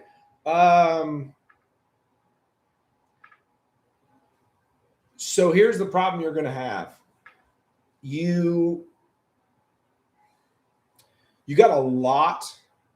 So we're going to leave the Predator and the Lancers because those are the best options you got for big shooting platforms. We're going to leave those kind of like to themselves. Everything else you have is damage too. And a lot of the stuff in the meta right now is -1 damage. So, except for the JPIs.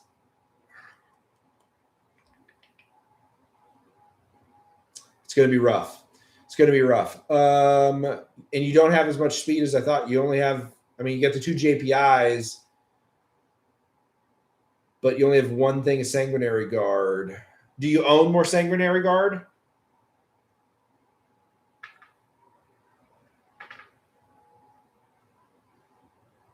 No. Okay. All right. So we're cooking this. So do you own any more JPIs? That's all I got. Okay.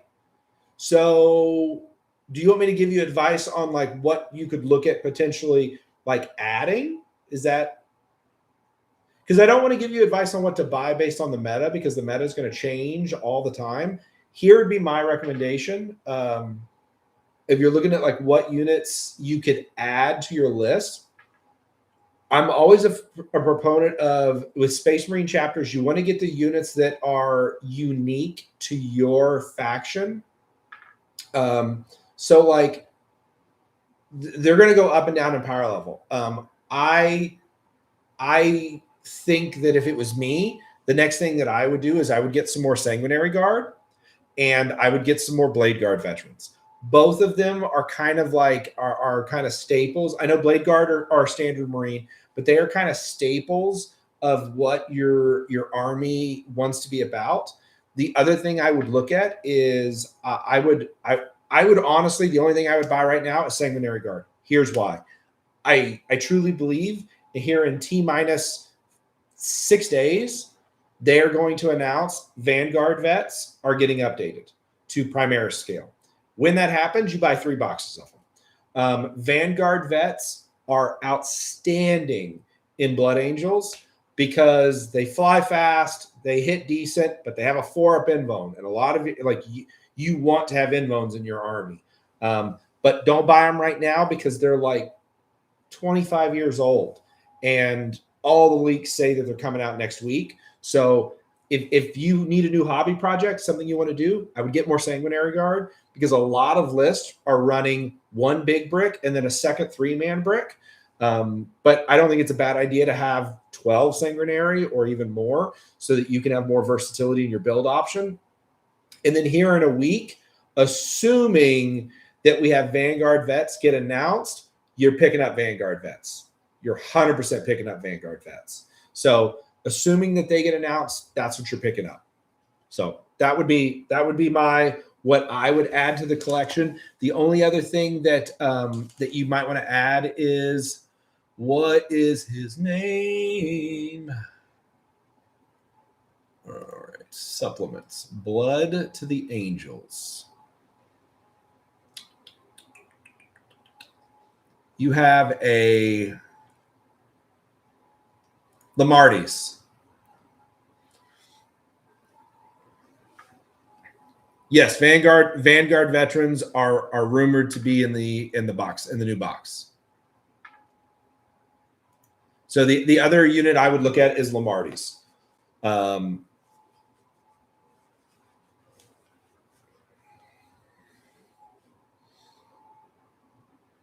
Yeah, just so you know, I did this a while ago. I have 15 Vanguard vets that are all jump pack intercessors that I 3D printed shields for. So yeah, you can 100% do them.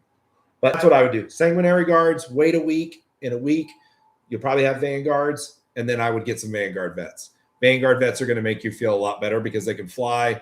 They have invulns, so they don't just get shot off the table. All right. My Discord is blowing up right now. All right. Muva? We'll post this one in the chat because I'm pretty sure I just butchered this poor person's name. Ah, they already said they're here. Okay, cool. All right, cool. All right. Bringing this to Beer Hammer in 1 month. Trying to workshop as much as I can. Game plan is mostly to bait out. Okay. All right. Let's post it for everybody.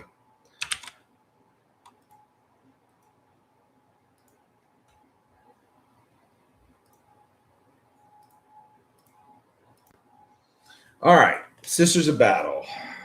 Man, so my buddy in Discord, Chris, who's in there, he told me one of these Sisters players doesn't have Morgan Vol, and I'm waiting for one of these lists. Okay, what do I replace them? Like remove to put the Vanguard vets in? I would 100%. I would take out the so you right now you've got that Predator tank. I would take the Predator tank out, put a Vanguard vet in, and I would also take out Mephiston, put a second one in, and then you're going to have some extra points left over. I don't know how many off the top of my head, but I'd pull Mephiston out and I'd pull that Predator tank out, and both of those are going to be Vanguard vets. All right, so you got Haas, Junith. You've fuckers and the enhancements in Champions of Faith. I'm gonna get a nun to swat all of your hands. The enhancements are terrible. All right, Insidiants, man, I like the Insidiants. By the way, Insidiants, if y'all haven't built them yet, primo kit. Sacrosaint. Exorcist. Hold up. Wait a minute. You running an Exorcist? You running an Exorcist, my boy?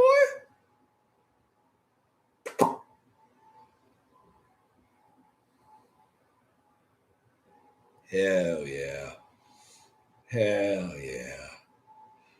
Don't do it, but hell yeah.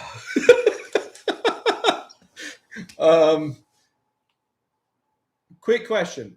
Fun, is this your fun list, or like you said you're taking it to the beer hammer? Like, are you like, we gonna have some beers and have some fun, or are you trying to win? Like, I just want to understand, because I don't want to like rip it apart if your goal is like, no, we're going to have some beers. Because you're going to have some beers. Are you trying to win? Yeah, then get the fuck out of here. You out of your mind. Okay, so this Exorcist got to go. I love the Exorcist, by the way. I have 3 of them, and they sit up on that shelf up there and collect dust. And I'm not complaining. Indirect fire is cancer. They like hashtag one of my only hopes for Sisters of Battle in 11th edition. Take the indirect keyword off of the Exorcist and drop it down to like 170 points. And just let us have a tank that has like 3 AP on it. Like, let us just have a real tank. Give it like 36-inch range. Oh, that'd be amazing. Okay, so we're going to drop that. So let's pop out our calculator. All right, so that's 210. Novitiates aren't terrible. We're going to get rid of, where are these bad boy enhancements? Okay, yeah. So we're going to get rid of this Mark of Devotion.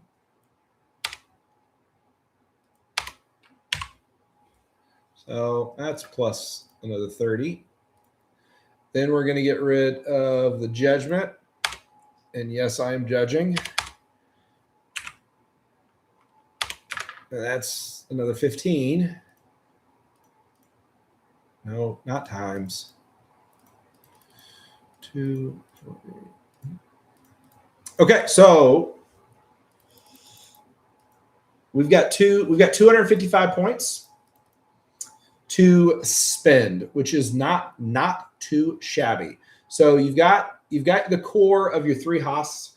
The problem is that you don't have the punch. So to me, the easy answer here is we pick up 2 sets of Retributors. Do you own Retributors? I'm hoping so. Or do you own some Battle Sisters that we could spice up? Killer. Okay, so you add in 2 sets of Retributors. That basically takes care of our points.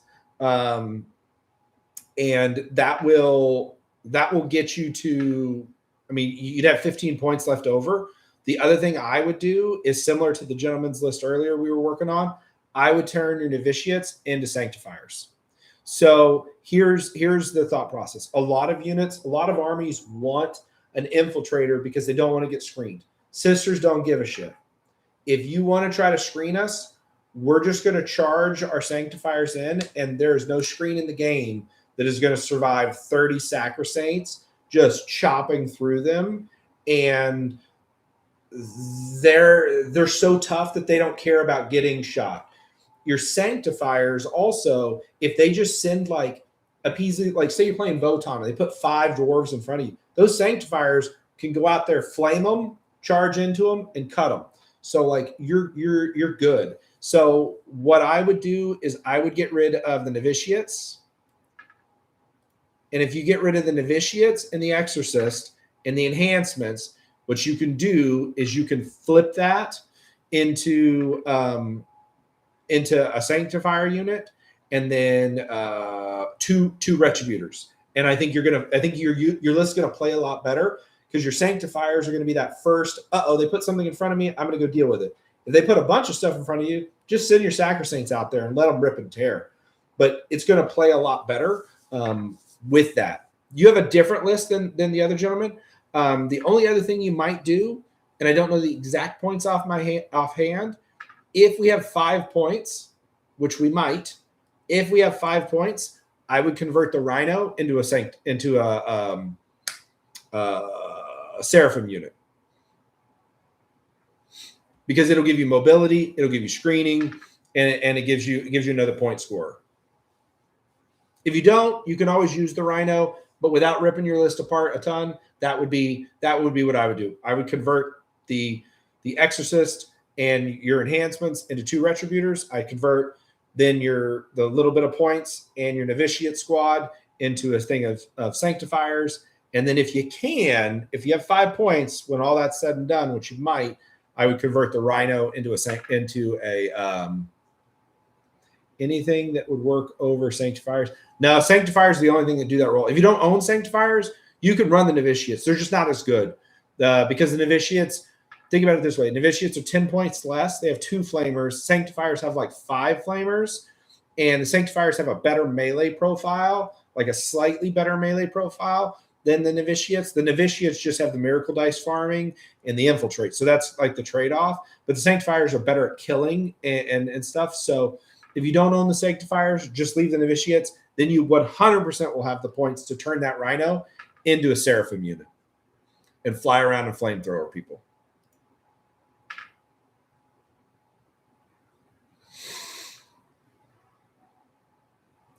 Yeah, the problem is that you could, but you're foot slogging Dominions up the board, and they only have Melter rifles, which is only 12 inches of range. So I don't love that.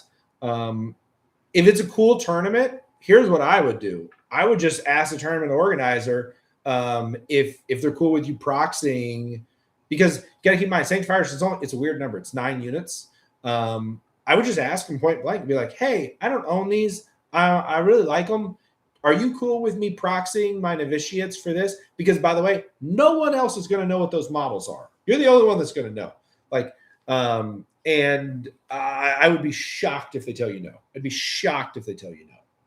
The amount of times I've gone to tournaments and people are straight up proxy and stuff that's crazy. They don't even ask, and it's never an issue. I think you'd be fine. But worst case scenario, you could just leave it as is. All right, let's keep on rolling.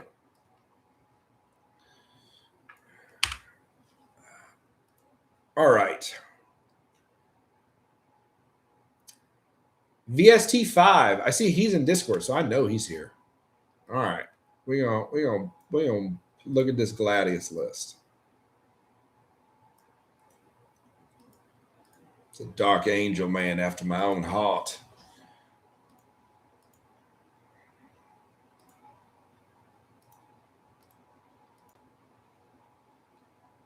No bikes, though. Disappointment. Happy to help, man. All right. Okay. Got that. So what he's running there is the Stern Guards with Azzy. They've got devastating wounds. So the trick there is he's giving them sustained hits. You oath the target, and they get to reroll hits, reroll wounds. Lion uppy downy running around. Gravis cap. Okay. Infiltrators. Assuming you're putting the infiltrators on your home point for the 12-inch null zone. 2 Deathwing Knights. 5 Scouts. Repex. Lancer. Storm Speeder. Thunderstrike.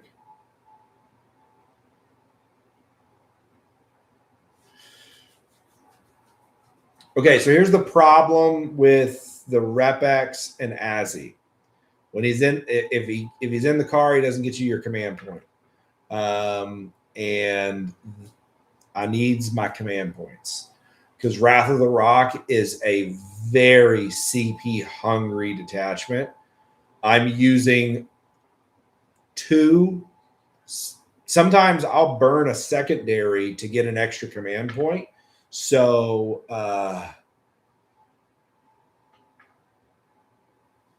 yeah, man, that's rough. That's rough, brother. That's rough.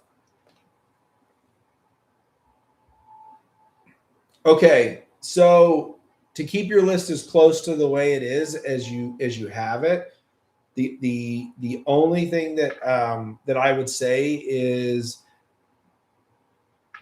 that maybe there's G-Locks. G-Locks, we had yours earlier. I'll come back to you. They don't need to be. Nah, they don't need the Repex. You crazy. I mean, here's the deal. Rather the Rock, you're a primary army. So what you need to do is when you're moving forward, you overwhelm your opponent with decisions.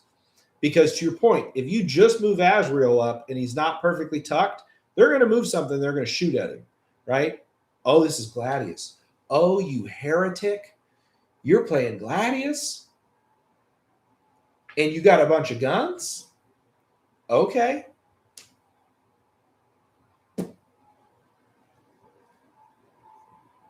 Okay. Do you want to play at heavy shooting? Is that the goal?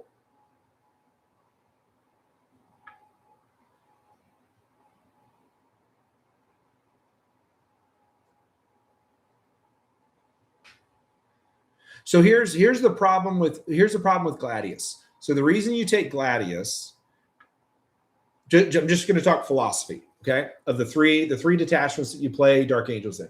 If you're playing Gladius, you're playing Inner Circle Companions, you're playing, sometimes Blade Guard, you're playing typically triple Deathwing Knights, Lion. It is pretty much almost a like mono melee build army. The reason being is because you get the advance and charge. I'm going to do stuff, and then tactical doctrine for once the stuff has already started acting, so you could fall back and do stuff, right?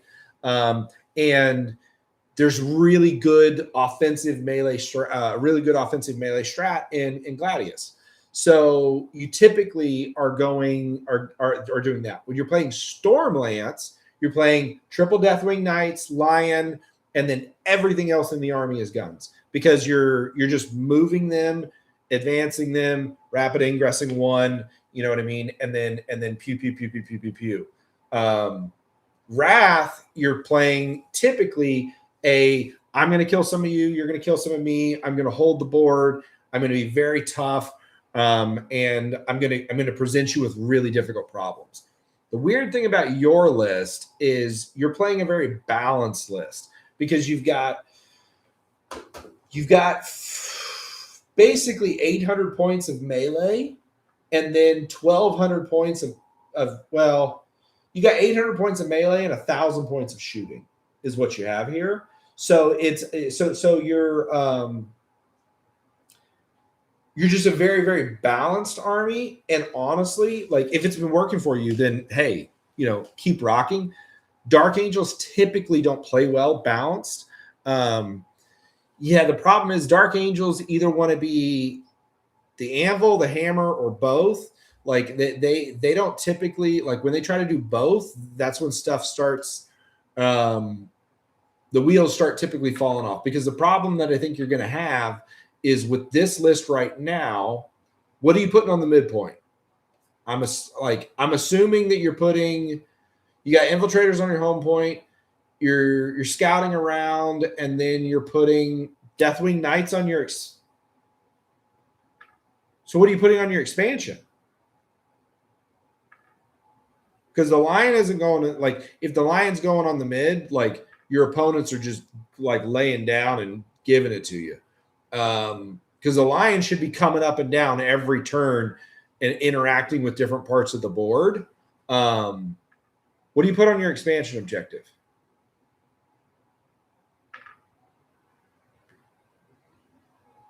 JPI. You don't have a JPI. JPI. Am I missing it? Do you have jump pack intercessors? Because you didn't put those in the list. Anyway, so the problem is that means you're super exactly, like the Lion is the okay. So you have one squad of JPI. Okay. So the Lion should never stay on the board. Yeah, like, I have this fundamental rule that he is never on the board on my opponent's turn, ever, because what it does is it creates a mind fuck with your opponent of like, crap, where is he coming in? Because they can't rapid ingress, because if they rapid ingress something and then they they ingress something, right? The Lion may just pop down there to potentially heroic. They move something in, the Lion could heroic over here. So it creates this dynamic of like, where is he going to pop up? Is he going to rapid on my turn? Like where is he going? And it creates this constant fear that goes for all 5 rounds because he starts on the board. So you just keep popping him up and down. And so it really creates a level of stress for your opponent. I usually advance and charge the lion with honor in the chapter for lance. The lion doesn't need lance. I just want to, like, I mean, because you want him to wound on twos? I mean, I see what you're saying, but like, I'm just telling you that it's just overkill. So, like, let me pull this up.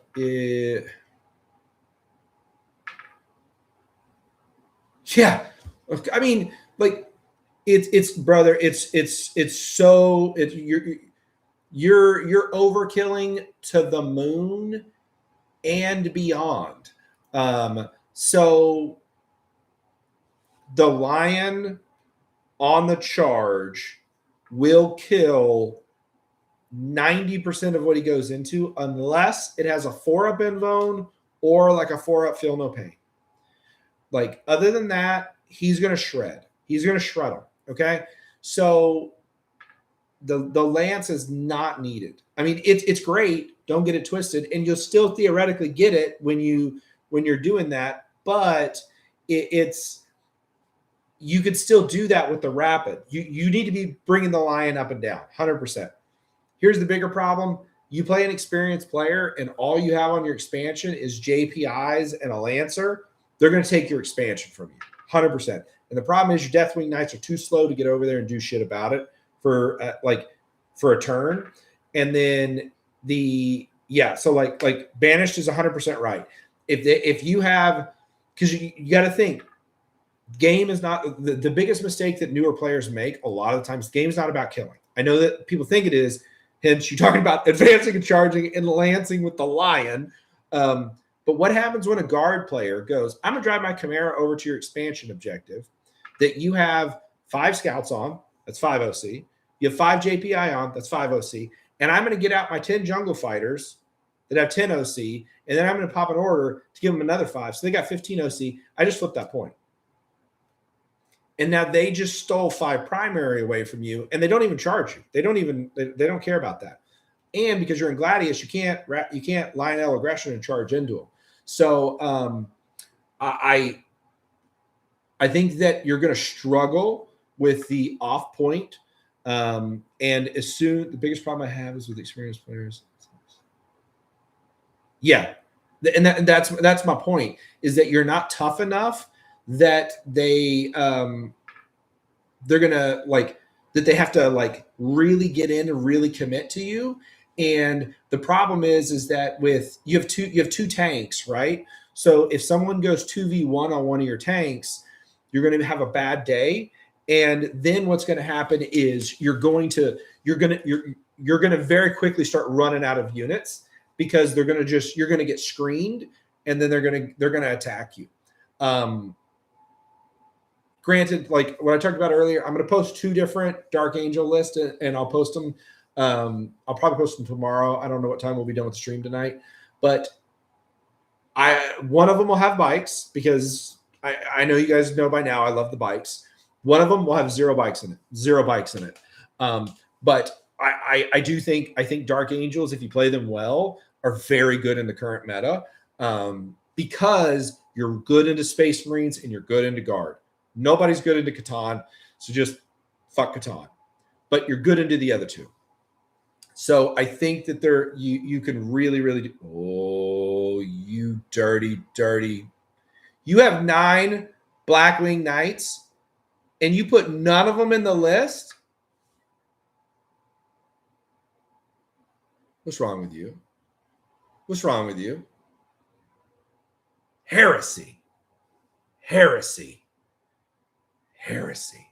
All right. Well, then when I post my list with bikes, run it.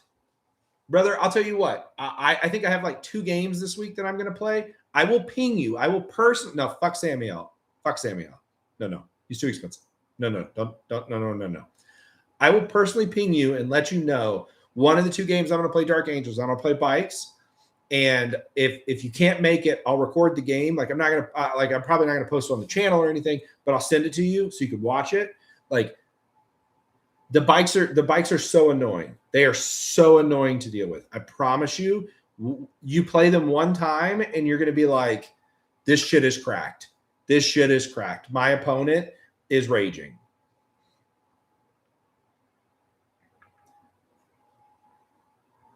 Yeah, it is the definition. He is so Jennings is 100% right.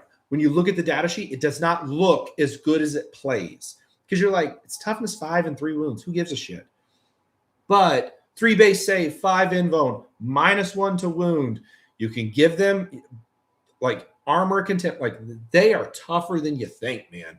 And when your opponent has to commit like real shooting into them and they kill 2 of them, and you're like, haha, you just killed like 40 points. I don't care. It's like, what? Like they're better than you think, man. All right, we're going to keep rolling.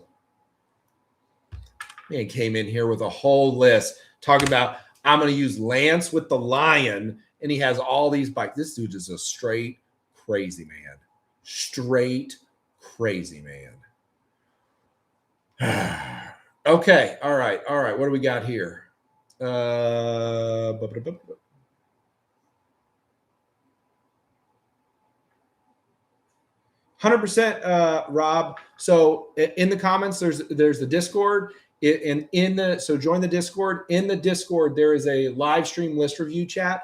Post your list in there. I'm trying to get through as many as I can. I'm making my way down pretty good, and I will try my best to get to you, brother. Okay, Little Vit, Lilvit, Little Vit.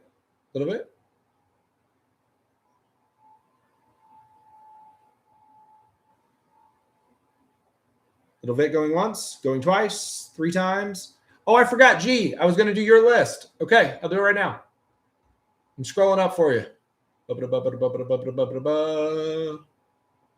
Oh, Little Vit's here. All right, let me do Little Vit, and then G, you're next.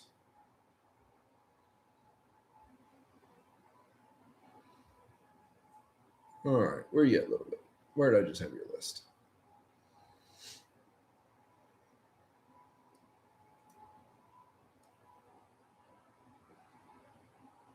Blade of Ultramar.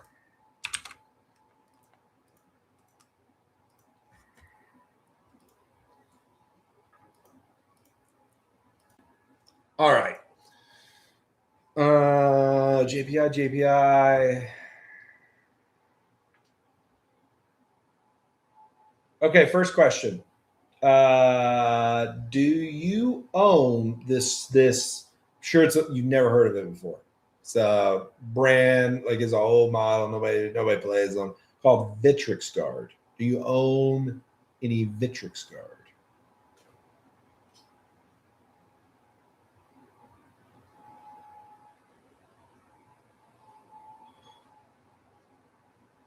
Got any Victrix Guard? A little bit.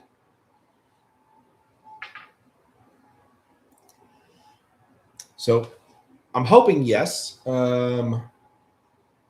And then we got some.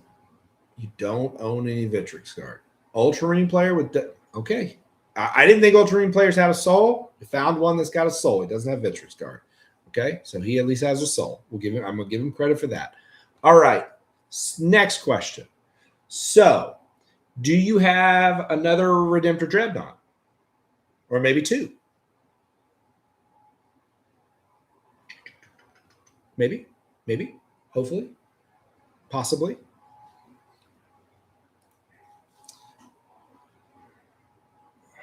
Okay, all right. Okay. Well, we're going to get rid of the Tech Marine no matter what. We're going to get rid of the Assault Terminators no matter what. Before I touch anything else, yeah,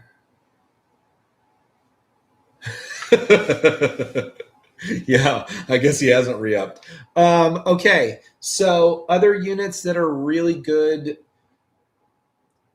Do you have any other, like, do you have Gladiator Lancer? Do you have another Vindicator? Do you have any, like, tanks, pew pew laser beams? Yes, the stream will be watchable as it ends. I'm the guard list, a couple lists down. Yeah, stream will be live 100% once we're all done.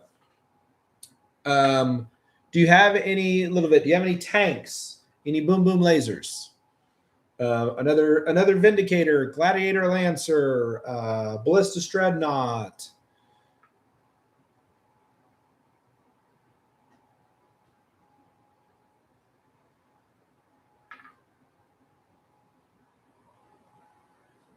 So, oh, you do. You do. Okay, good. Okay, good. What do you got?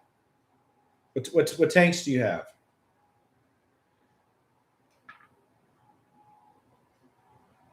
Ballistics and a Rep X. We're cooking. We're cooking, boys. We're cooking. Okay, so we're gonna do Rep X is 220, and then you got a Ballistas for 150. Okay, perfect. So let's see if that math works out here. So you got 360 plus 55 minus 220 minus 150. Yep, we got 45 points left over. We are cooking with dynamite. So with the last 45 points, let's see. So you're running these with the blade guards.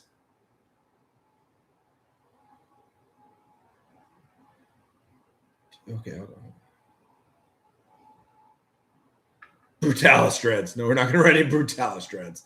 God, I love Brutalis Dreads, but we're not going to do that.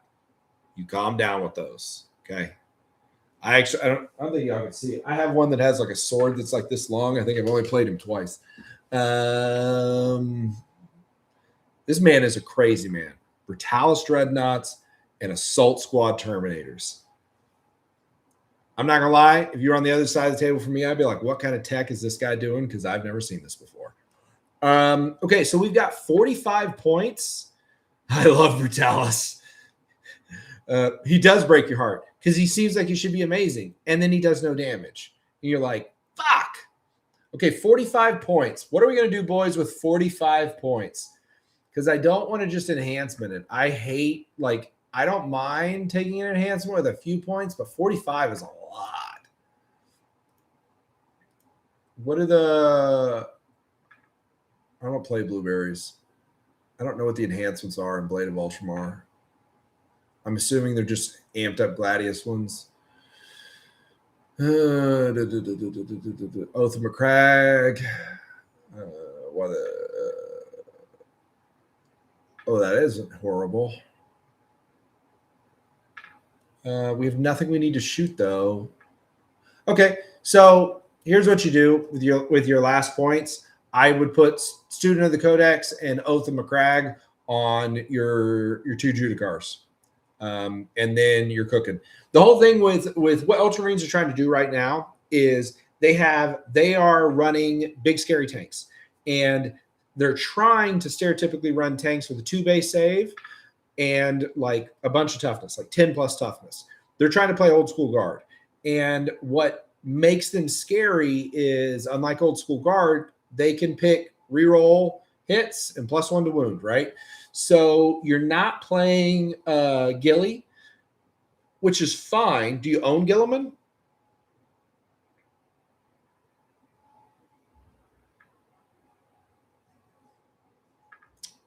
Because if you own Gilliman, that could be good too. Gilliman's like 330, 340. Oh, he does. He owns Gilliman. Okay, so what I would let's see if I can make these points work. 45 plus 70 plus.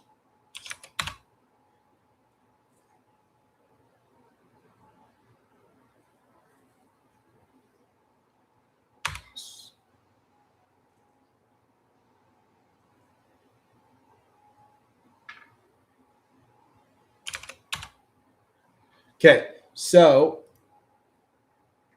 you're playing big scary tanks. So we're going to get rid of one jump pack intercessor. We're going to get rid of one blade guard. We're going to get rid of one Judicar. And we're going to get G-Man. 340.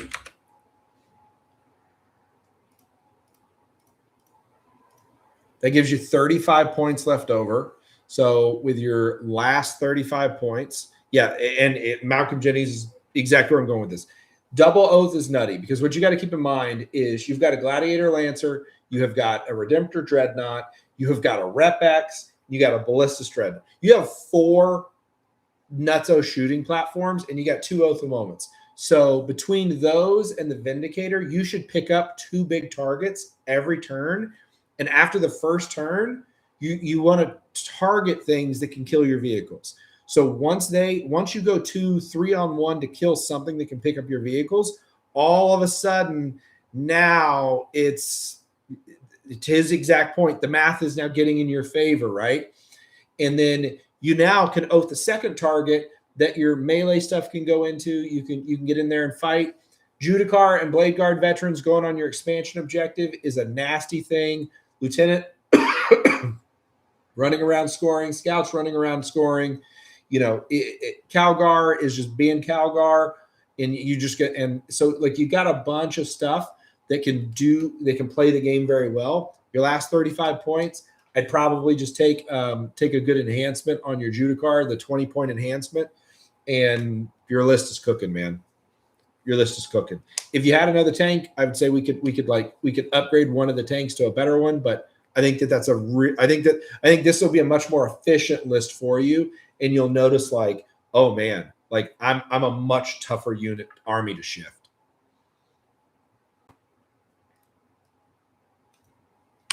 All right. Okay. G, I think, is in the United Kingdom, but let's pull up. I think if I remember right, you're playing those filthy Tau. Filthy, filthy, filthy Tau.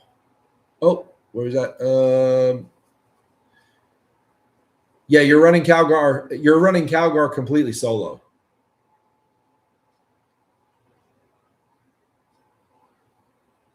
You're running Calgar completely solo. Calgar's job is you're just slowly marching his like snail ass to your expansion objective, and he's just farming you that CP over and over and over again. And once he gets there, your Blade Guard and your Judicar are moving out. He is going to be a bitch for somebody to shift and try to kill solo, and his job is just to hold it because somebody can't just come at you because there's 6 Blade Guard and a Justiciar moving forward off of that point. All right, where are your silly pew-pews? There they are.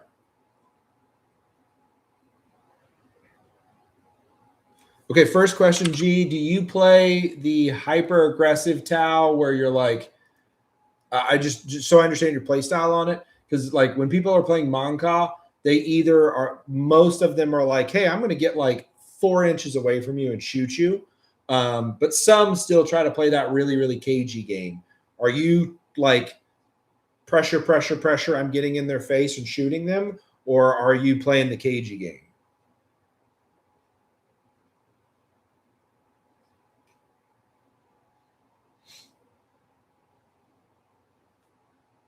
I'm just gonna share the screen while I'm waiting on you.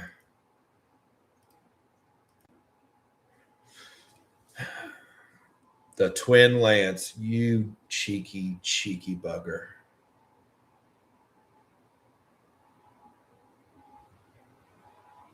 Cheeky bugger. Twin Lance. Twin Lance is the best data sheet in the entire game.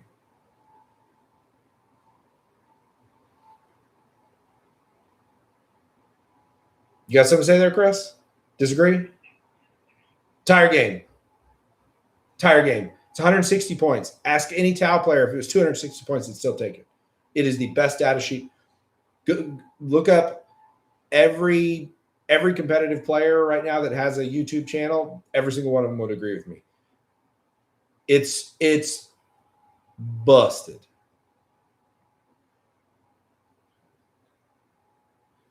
It is busted. It's brand new. It's the brand new one. Got 10 trillion rules. Okay, let's see. Hammerhead Gunship, Kroot. You got some scories, Pathfinders for scoring. Riptide, Stealth. You're running a Storm Surge? We got some crazy folks in here. We got some crazy people in this Discord tonight.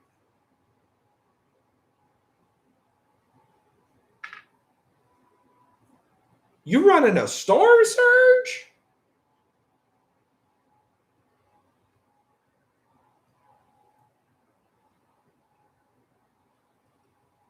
I totally get it. It's just, I don't know if I've ever actually seen someone run one in competitive play. This is a crazy list. Okay. Yeah, most people like, so okay. So for people that don't understand what I'm saying, Storm Surge is 360 points. Storm Surge is bananas stupid when it comes to, I want to kill something. Cool story. Storm Surge has got you. But what's really interesting is when you're running a unit that's that big and that expensive, what I have found more often than not is it comes out and makes something leave the board. Cool story. But rarely is it making something that is as critical as it is. And so it just becomes, it's a very dangerous proposition, because then if they shoot something back at it and it dies, then it's like, oh man, I just lost 400 points. Because the problem is it does have a good invuln, but like, man, it's huge. So it can get seen from outer space.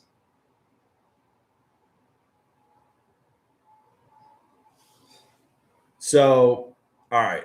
Now, this is a very different play style. So I have played Tau a bunch. And where is it? I don't remember how many points it is. It is, good golly, oh Molly, how many points are you? Okay, so I have played Tau a ton, and it's got a, yeah. I played a Tau player. So let me put it this way. I played Tau a ton. I've never thought that they were that good of an army. And then I played a different Tau player. And on turn one, he had 3 ghost kills in my deployment zone, basically, and was shooting and ripping and tearing through my lines. And I was like, what is going on right now? And then right after that, he was dropping off breacher teams in front of me, and the Twin Lance was right there. And turn 2, we were fighting on my deployment line. And I was like, what in the hell is going on? And I got my ass kicked. Now, granted, part of it was the shock and awe of not knowing what's going on. But I'm telling you, it's a good ass tactic. It's a really, really good tactic. So if I was to tweak around with your list, as cool as this is, it would go. It would be the first thing I would drop. And then I need, let's see, that's 320. So I'm turning the Storm Surge into 2 ghost kills. Do you have ghost kills?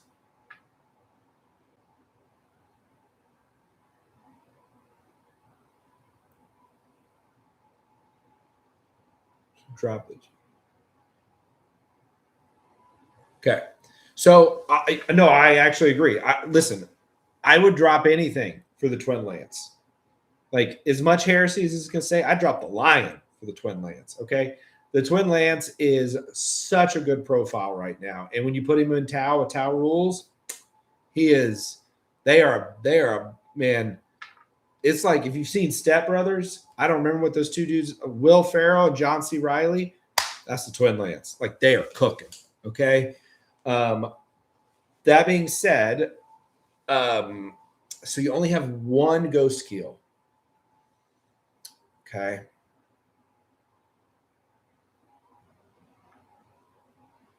Because I loved your list. I loved your list. I was literally going to just change the Storm Surge into 2 ghost keels. Damn.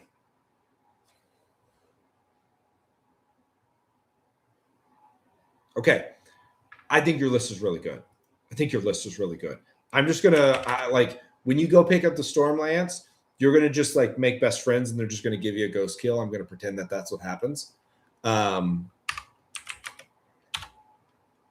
Because if you had 2 ghost kills instead of the Storm Surge, now you have 2 units that are cheap, that can provide really great forward pressure that the opponent has to deal with before they come out. And they're a real problem. They can't just sit back and shoot because of the lone op. They have to now get out and deal with them. And they're just a pain in the ass. Yeah, use your charm. Riz them up, as my kids would say. Riz them up. Yeah, man. And then it's just about, you got 40 points. It's about if we want to upgrade anything. And I'm looking. We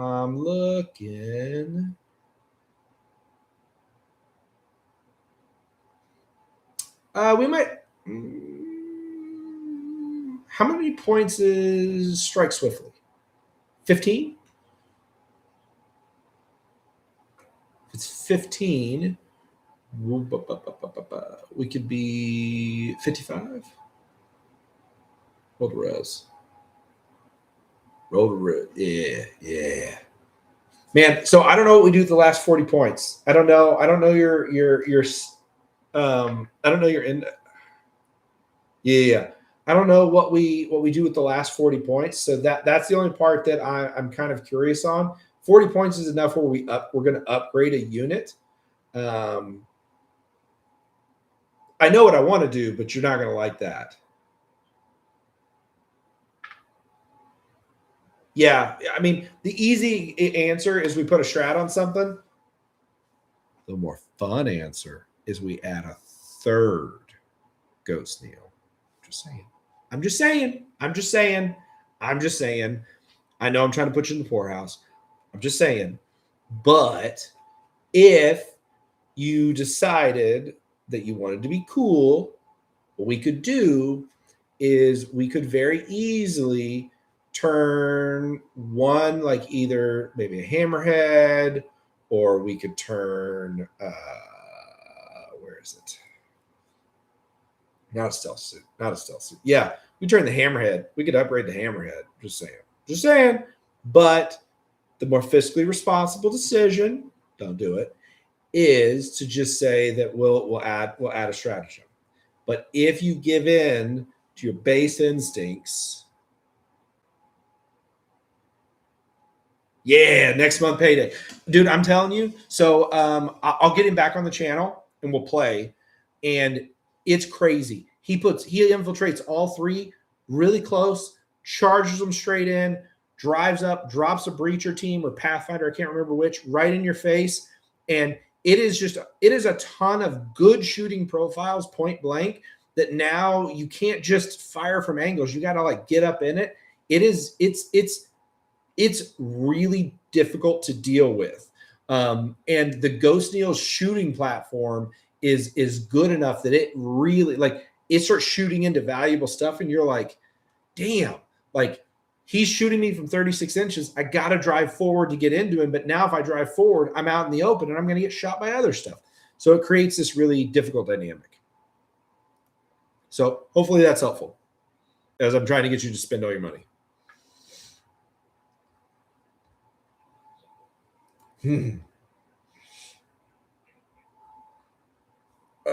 Right. Okay. Let's keep on rolling. I see Fox McCloud's in here. We had Fox earlier. We had your list, but we were not here. So we should go back up to it. We'll do Fox. How dare she divorce her?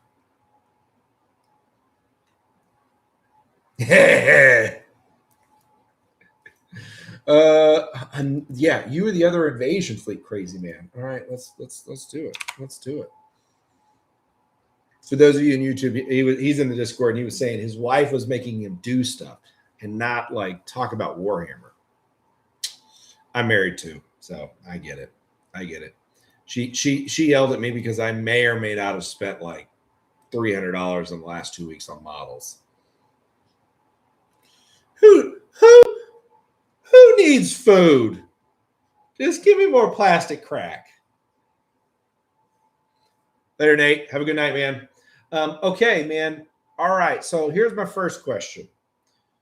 Invasion fleet, because we did this with Spencer and we were talking about his list. So before we dive into this, we're sold on invasion fleet. Not interested in the tunnel snakes. I don't think you need 3 trigons. I think you need 1. Mm-hmm. Yeah. So here's my, like, I have played a lot of Tyranids.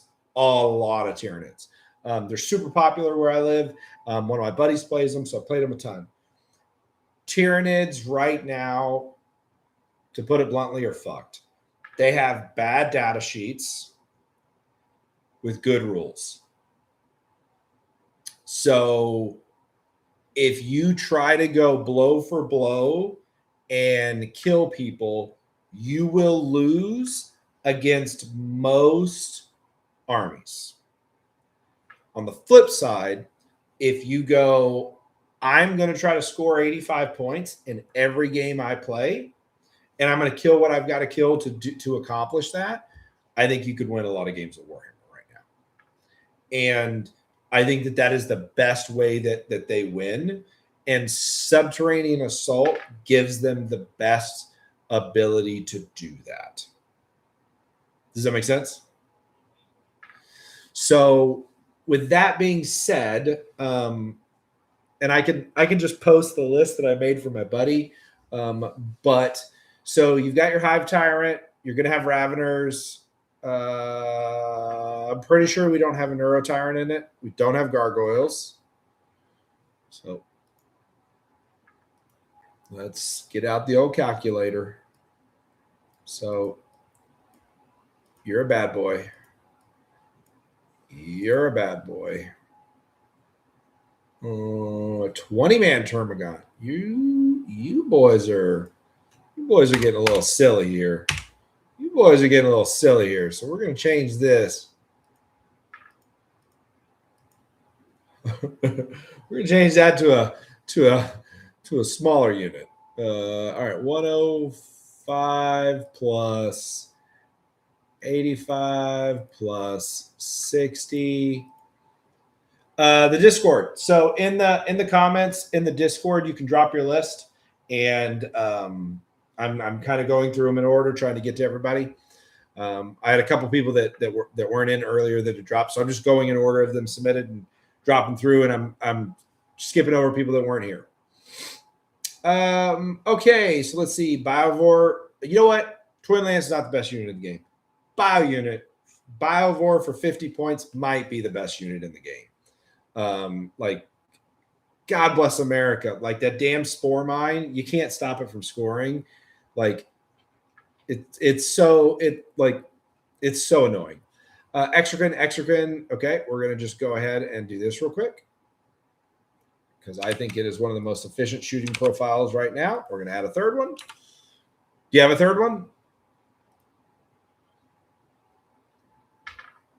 You got anything else that's on the same base size you could proxy as a third? Okay. We're cooking. All right. So we still got 110 points. Lictor. I like Lictors. My boy's got a Norn. Okay. We're cooking.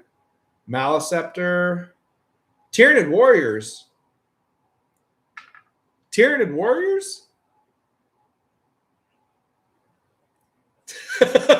He just said brain damage.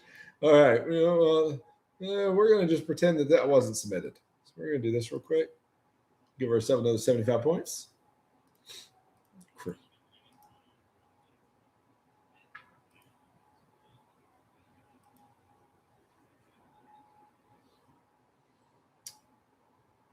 Okay, we can solve that. We can solve that. And then so you've got your three big guns. So we've already got 185 points. So if we're gonna play Tunnel Snakes, it is the detachment where you do not need two of these. So that gives us 385 points. How many points is the fucking Raveners?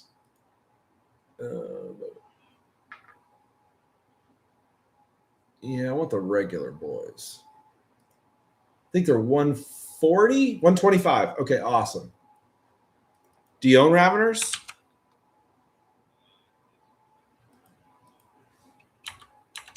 Okay, so if we have a thing of Raveners, it's 125.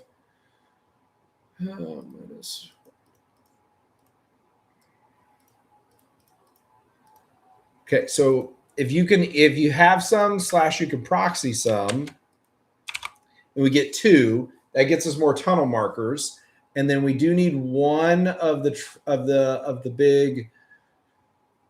big snake. Where is he at? Trigon. There he is. How many points is the Trigon? 140. Look at that. That's perfect.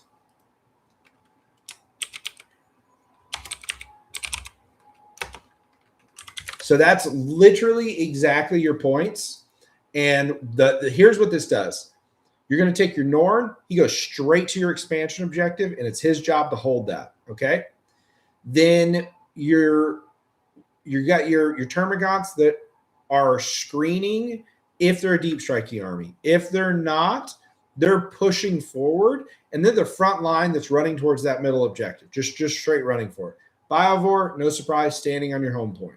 Exocrine, you're kind of spreading them out, but what you want to do is where 2 of them are safely is where you're going to start those 2 Raveners on the board, because you can pick them up, obviously. And when you pick them up, you're going to create a tunnel marker. So now those Exocrine can go in those tunnel markers, because then when your Trigon pops out somewhere, the play is you're popping these Exocrine out at shooting lanes that they don't see, and you're just firing into them with ungodly amounts of fire. So to your point, where you're struggling with like melee out in the mid, what you're doing is you're hitting it with different fire lanes, and you're shooting it and playing whack-a-mole. They're charging. Cool. I'm going in this hole, and I'm going to be on the other side of the board next turn. And I'm just continuing to shoot at you while I'm trying to hold, because your goal is I'm going to hold my expansion. I'm going to hold my home point, and I'm going to contest the midpoint. And I'm going to try to, your goal is I'm going to score 5 points in the midpoint, and I'm going to try to make sure you score 0 in the midpoint, and then I'm going to score 40 points of secondaries. I'm not going to miss any secondaries, because if you can score 40 points of secondaries like clockwork, we'll say 35, okay? And then you go, okay, I'm going to score 20 on my expansion point. You're now, and you get 10 for painting your army. You know, you got 20, you got 35, you're at 55, 65 points. Now it all boils down to, can I score the mid once or twice? Can I deny something? Do I get points for my home point? And that's where you can very quickly get to that 80 points I was talking about. And if you can consistently score 70, 80 points, you're going to win games. The hard part is in a killing match, you're just at such a disadvantage. Yeah, Spence, I know what I'm meaning is like when they come up, like on turn 1, they have nothing to do. So they're going to come up, and then they're going to come right back down. Like they're just going to come. Like what I'm meaning is you need them to create that tunnel marker. So like turn 2, you're not going to send 5 Raveners out there because they're going to just die. So I said it incorrectly, but you're correct, Spencer. You want them somewhere they're not going to get shot, but when they come back down, you need them to create the tunnel marker right by your Exocrine so that your Exocrine can go in the holes. So then when your Trigon does go get offensively, and then on turn 3, when you're bringing your Raveners out to the sides, that's when you start now having some spicy shooting lanes. All right. I like bugs, man. I really hope in 11th edition, like you guys need some data sheet help is what you need.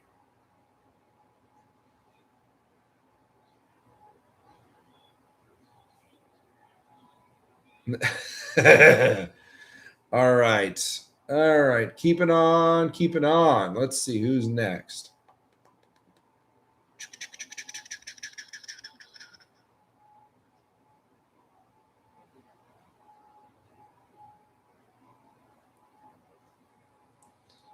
All right.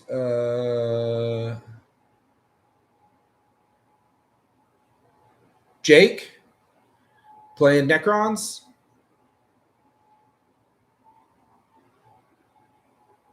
Jake with Necrons.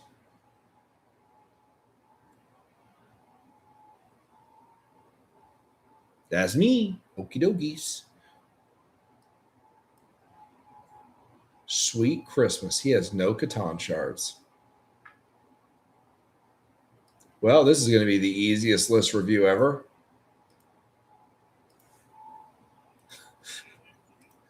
Yeah. Do you have children? Go pick up whatever toy that they have that could pass as a Catan shard, glue it to a base, and go to the tournament. All right. So here's my first question, Jake. Are we playing this because this is what we own? This is all we own? Or this is what you like?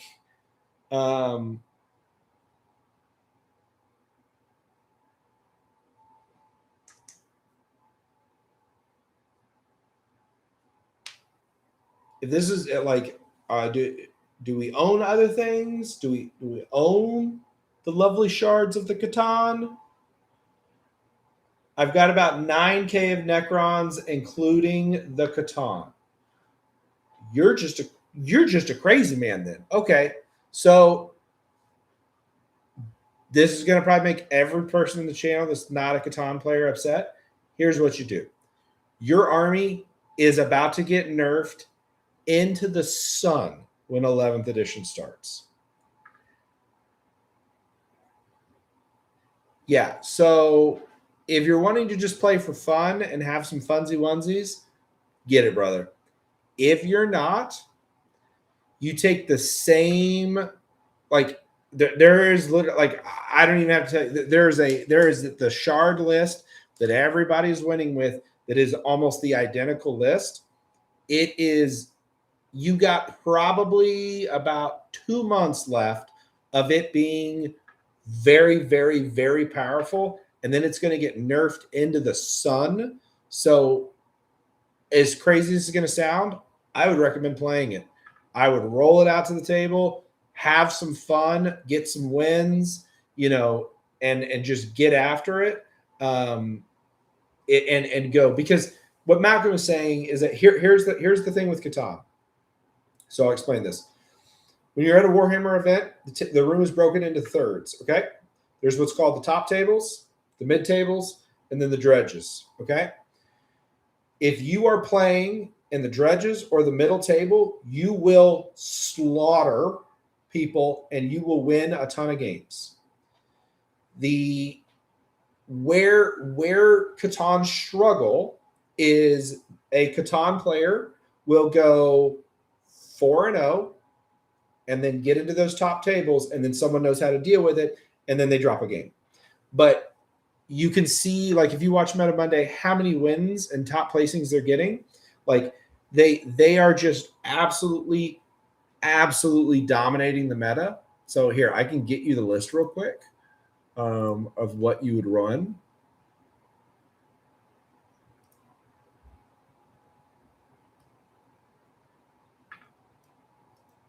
Here you go. Do you own this list? And if not, like, we can proxy, something that you don't have. But this is what I would run if you are trying to win as many games as humanly possible. And you will do very well. You will do very, very well. It is very difficult to deal with.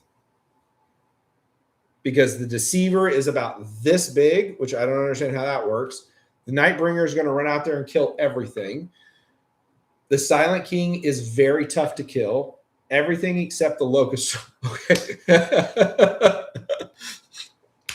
Then you're cooking, Jake. You're cooking, brother.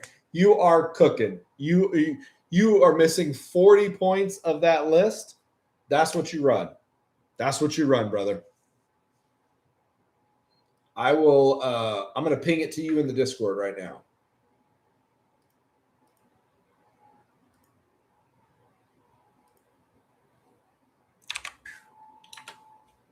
Boom. Just send it to you, man. And I know some people may be like, oh, don't play the Kratok. If your army is powerful, you're only going to get this long before it gets nerfed. Play it. Enjoy it. Live in the light. Because then you will move to the dark, sadly, most of the time. All right. Let's keep on rolling. Let's see. Who is next?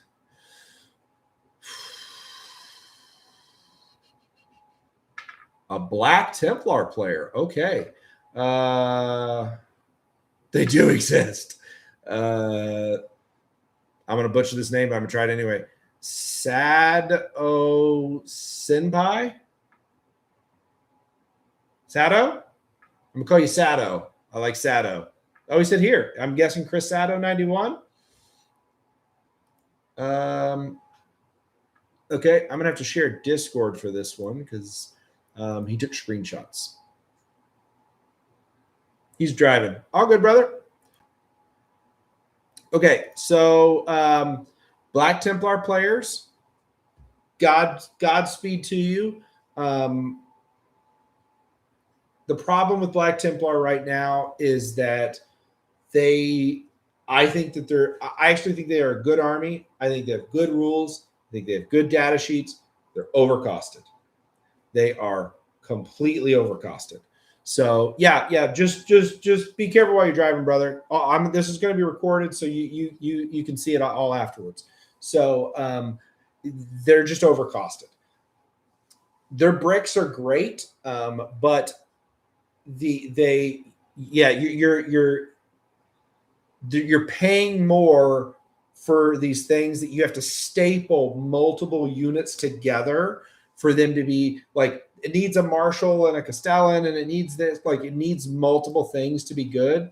Here's the one spice that you're running. You're a crazy man. You're running a Land Raider.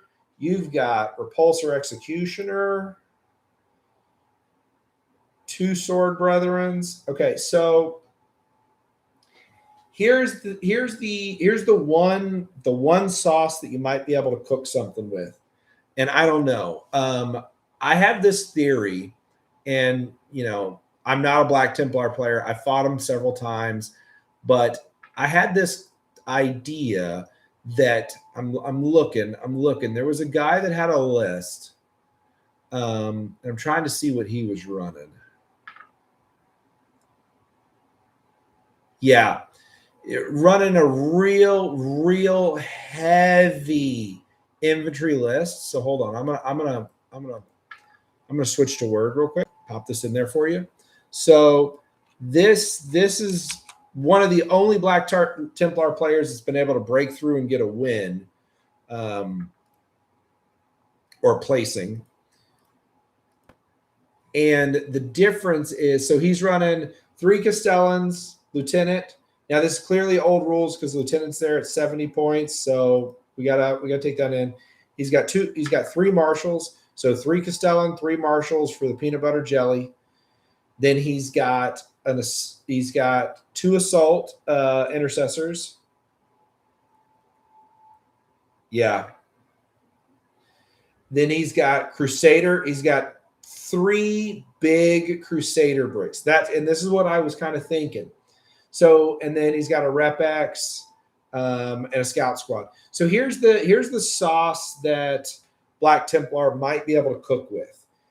The meta, so I've kind of got this idea right now that I've been playing with, that the meta is all big, scary stuff, right?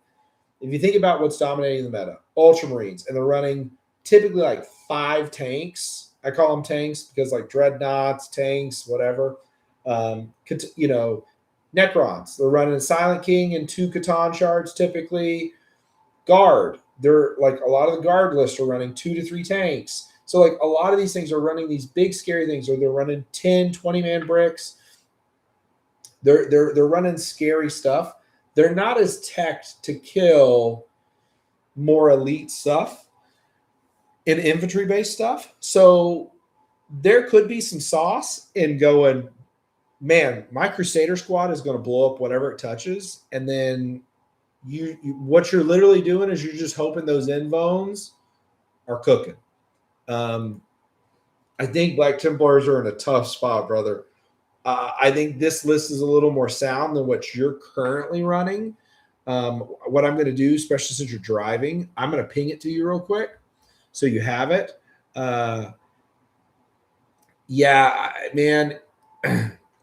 Here's the other problem that Black Templar have, in my opinion, is they're not as mobile as Blood Angels, and they don't have all the rules that Ultramarines have, and they're not as tough as Dark Angels. So they're in a very tough spot because they're kind of like in the middle of all of that, if that makes sense.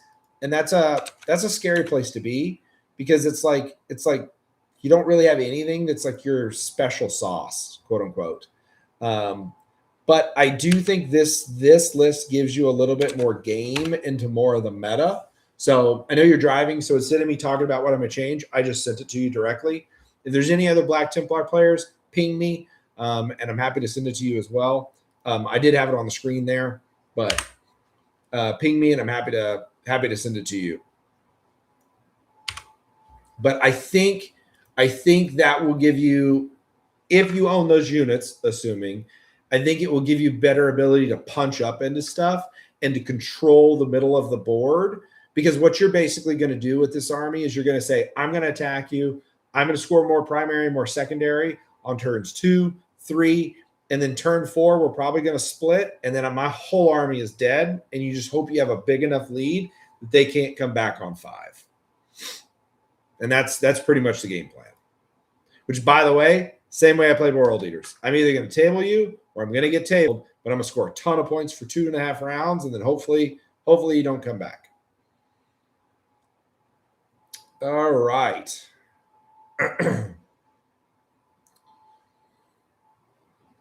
Zor Prime.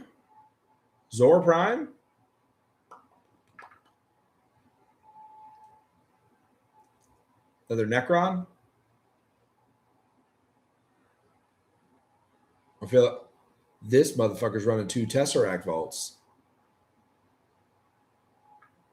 This motherfucker's running 2 Tesseract vaults. You're running 2 Okay. You are a bully. And I kind of like it.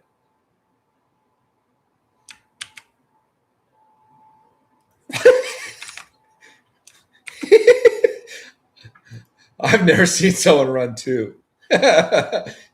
He's running. Okay, let me share this. You are a bully, sir, and I like it. Okay, he's got a Catan Nightbringer. Okay. He's got 2 Tesseract buffs. Okay. All right. So first thing we're going to do is we're going to get rid of the Tomb Blades because they are garbage. And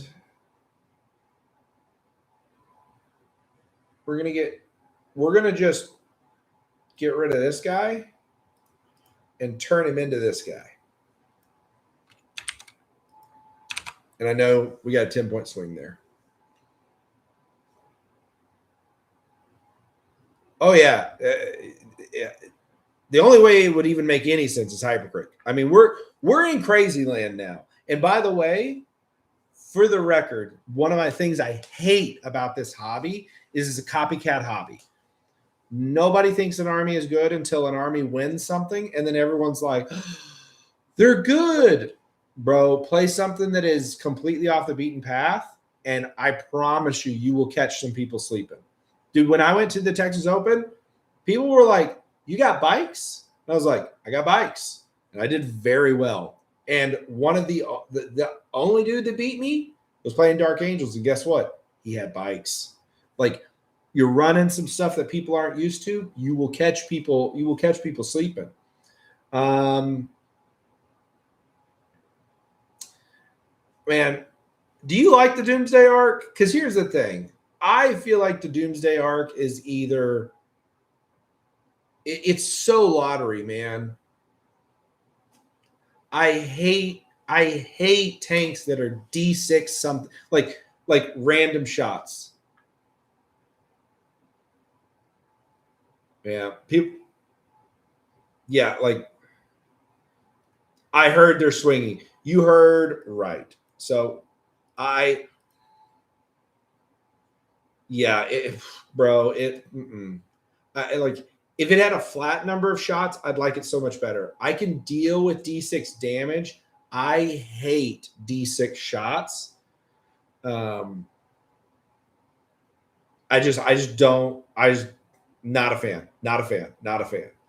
Okay, so that gives us 285 points. Well, listen here. You're already a crazy person. So if we're going to be a crazy person, we're going to spend these 285 points on. Damn it, we need 10 points. Okay, we're going to find 10 points. Do you have a deceiver?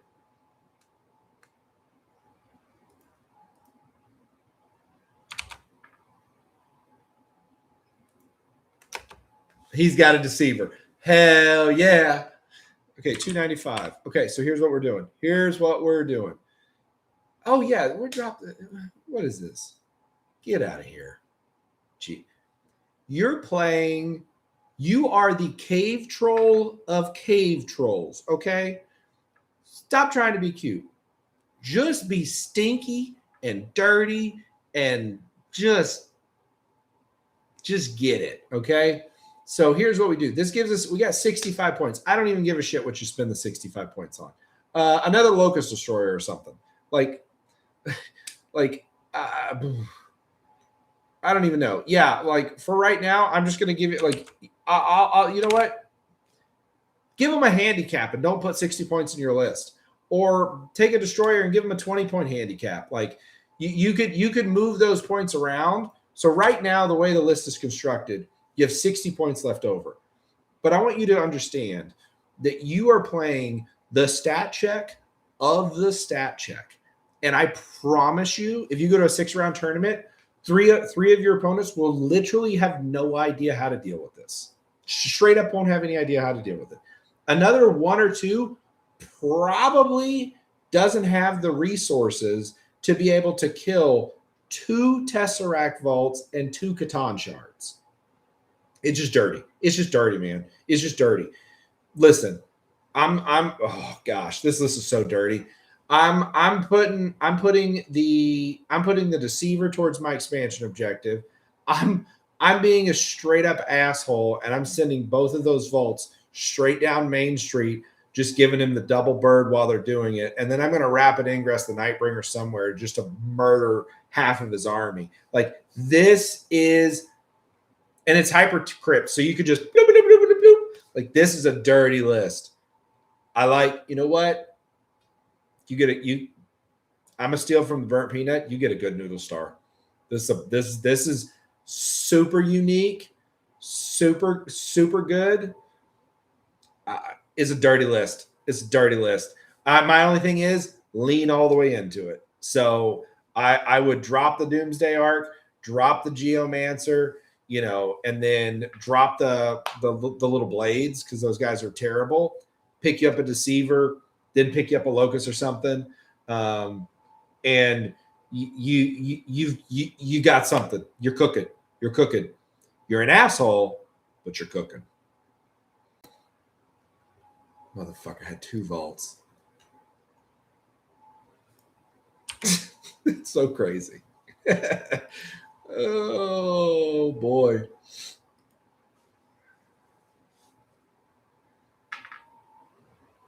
Okay. All right. Let's keep on going. Keep on going. I'm going to do a couple more and then we're going to call it.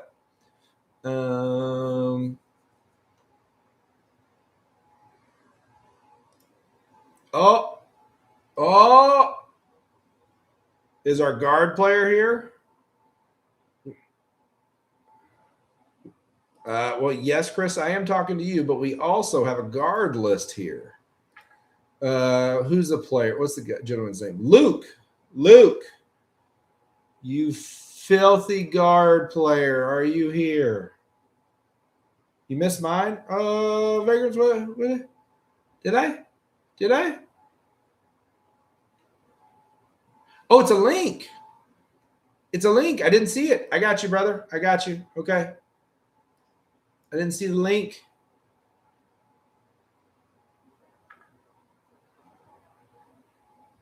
All right. Oh, you are the Imperial Fist player. I love it. I love it. New tech. Let's see what we got here.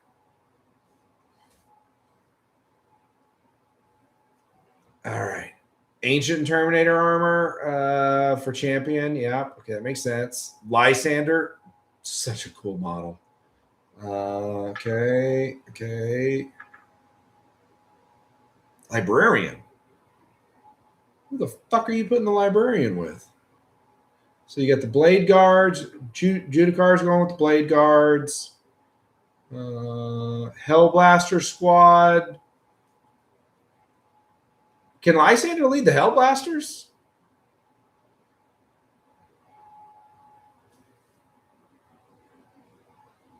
I don't know. Hold on. Gotta look that up. Librarians with the Hellblasters. Because you want to give them the 4-up invuln? I don't know if that's worth it.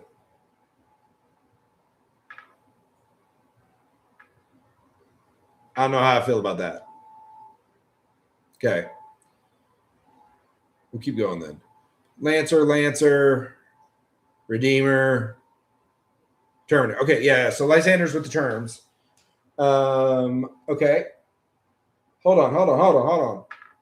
Is Lysander's with your Terminators, right? So who's the Ancient with? Or are you double stacking and making a Mega Brick?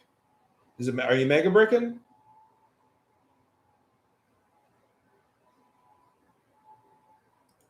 I gotta look him up. I think he's Mega Bricking. We got another psychopath here. Where is this? Where's this? Circle?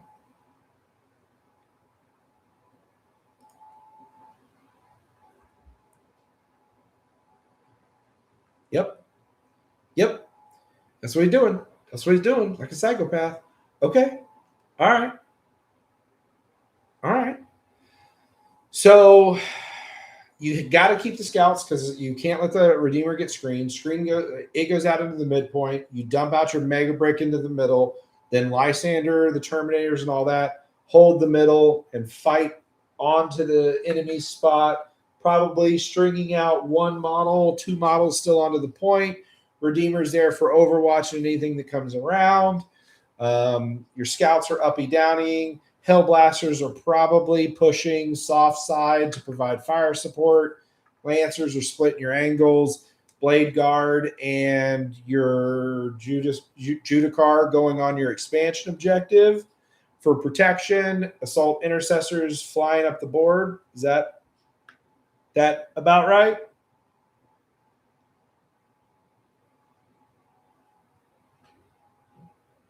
I'm assuming yes. If that's a yes, and I kind of called your strat right, the only thing I would say is you don't need a Judicar. Okay, yeah, he said yeah. So you don't need the Judicar and 6 Blade Guards for your expansion. Judicar and 3 Blade Guards will hold it fine. Because you got to keep in mind that like they've got an yeah, and I know the librarians with the Hellblasters because you're just a weirdo. And Judikar, he's with the Blade Guards. Yeah. No. I'm picking up. I'm picking up what you're putting down. So here's what I would do I would get rid of the librarian, which gets you 65 points. Okay. So get you 65 buckaroos. I would reduce your Blade Guard down to a 3-man squad. Fights first, invuln save. They're a gross unit, right? They're going to sit and cover. They're going to be fine. They can't get charged, so you don't have to worry about that. So somebody's got to shoot them from range.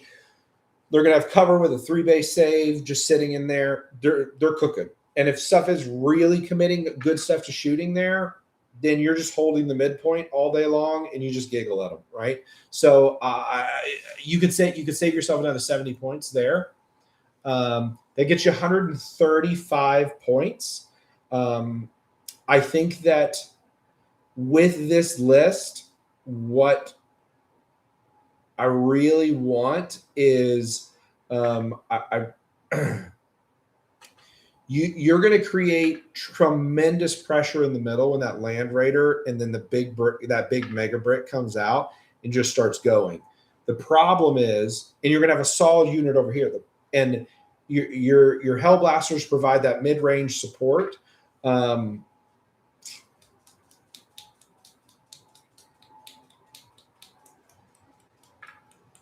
Champion of the Feast. Let me look that up. I'm not familiar with that enhancement at all. 25 points. Yeah, no, that's good. Add 1 to the attack. Yeah, that's good. Is it? Hold on. The Bears. Okay.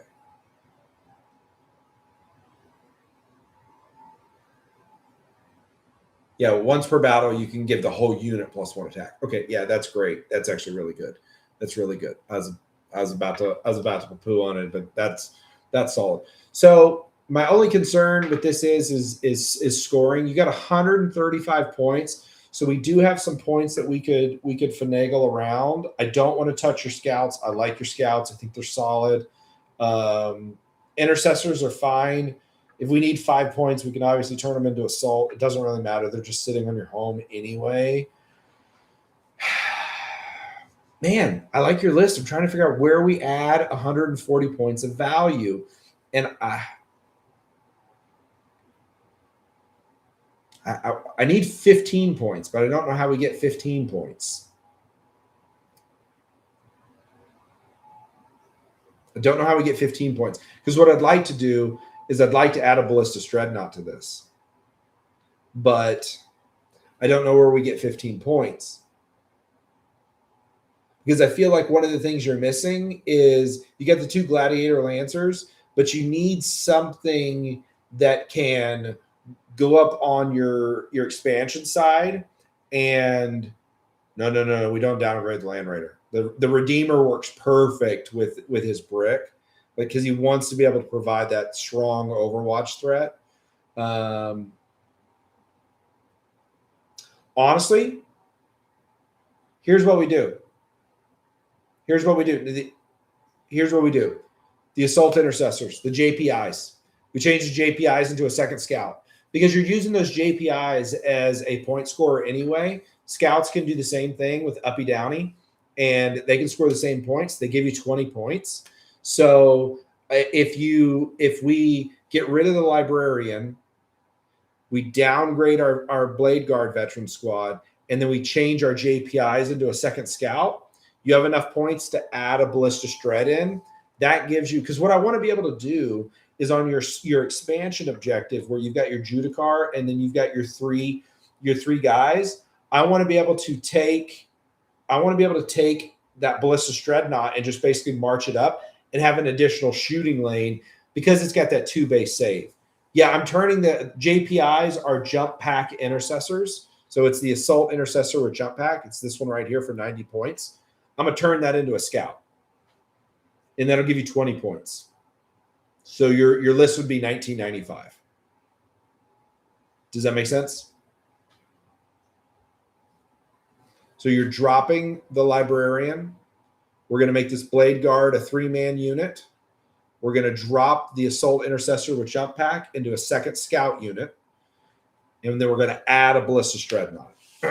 So fundamentally what you're doing is you're swapping a unit for one that's not quite as mobile, but still very good for the same purpose. And then you're turning 3 blade guard vets and an invone into a toughness 10 2-base save shooting platform. So that's what I would do. All right, Spencer, I got you. Hellblasters are running straight solo. There's very few units in the game that are great at leading hell. Like Azrael's really good at leading Hellblasters. A Biologist, when you can give them the sussy ones, is good, but you're just going to run them solo, 100%.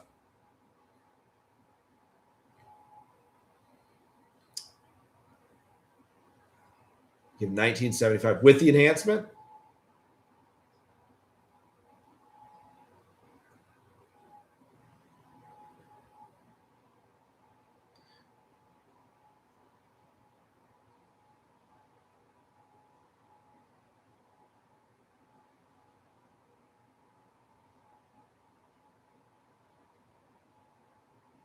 Yeah, if you've got 1975 with the enhancement, 1985 with the enhancement, then I put the other enhancement. Oh, you can't. It's Terminator only enhancement. I think 1985. You're gonna have to play with it and see what feels off, because 15 points we'd have to break the whole list apart. I very commonly like 15 points. That is the lowest I'll go. I won't, like, if it's 1980, I'll rip the list apart and rebuild it. But I've taken a 1985 list to a tournament before. All right, Spencer LG. Let me find your list. I will hook you up. Oh, there's only one person ahead of you, so we'll jump to yours real quick, and then we'll do the other one. And then if there's anybody else that really wants it done tonight, we will. Otherwise, we're going to call it, and I'll get you on the next one. All right, because I'm getting tired.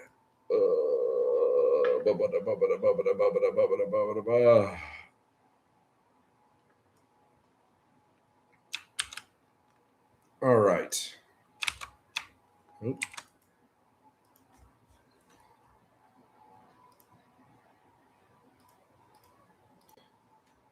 Another Dark Angel? Yeah, Dark Angel. Okay, Wrath of the Rock. Okay.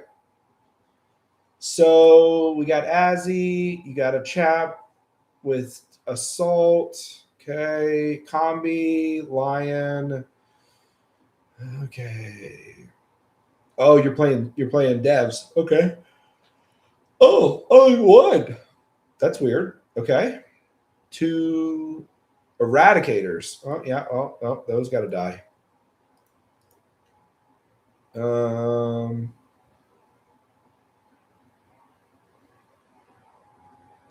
Inner Circle, Repex, Scout.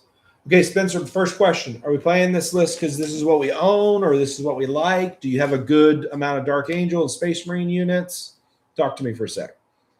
What are we working with?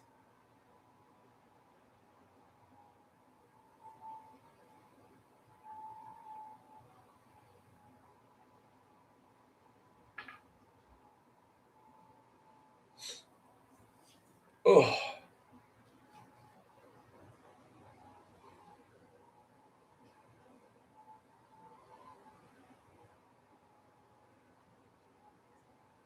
Okay.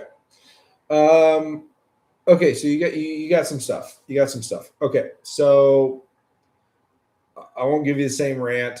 I love these boys so much, but they're just not good right now in the current meta. It's just very, very hostile to them. Do you have another Devastator squad? They're good. You just need to run 2 of them. Can't run 1.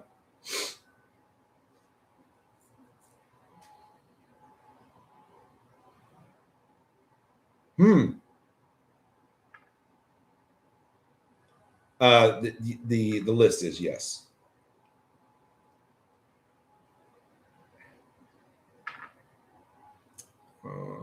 Here, I can switch. I just got to do this.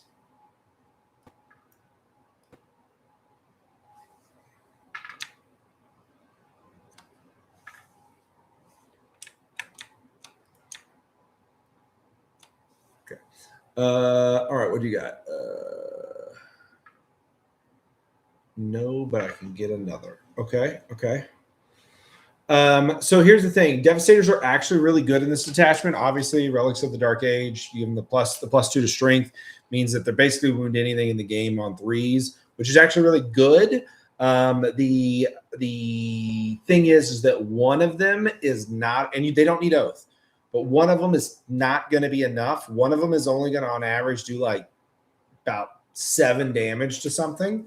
So with 2, you now have enough where they can actually start like doing some real hurt to something. 14 damage will kill a small tank. It won't kill like a big, like a Rogel or a Repex or something, but it'll cripple it, right? So what I would do is I would turn this Inner Circle Companion into another Devastator, and that's pretty much an even flip of your points. Then these 90 points that you have here, without having to completely like tear your list apart, what I would recommend doing is, do you have any jump pack intercessors?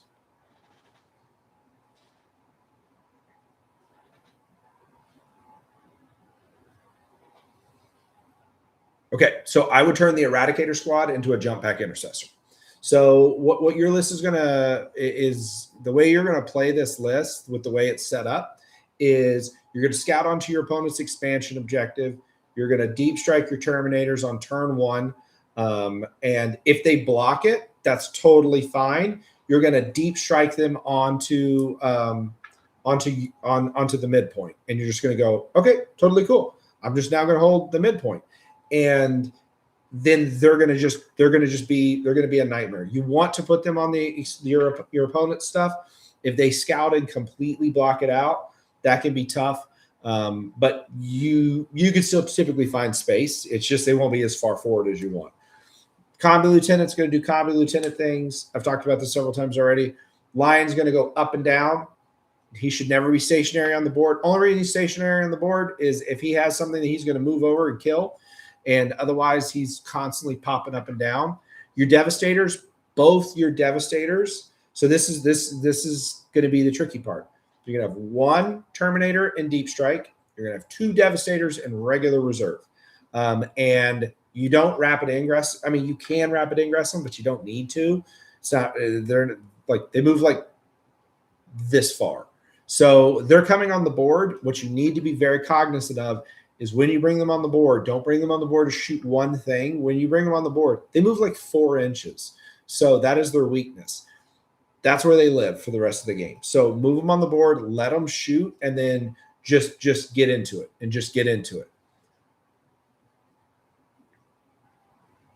I do that and rapid the line as well. Okay, very good.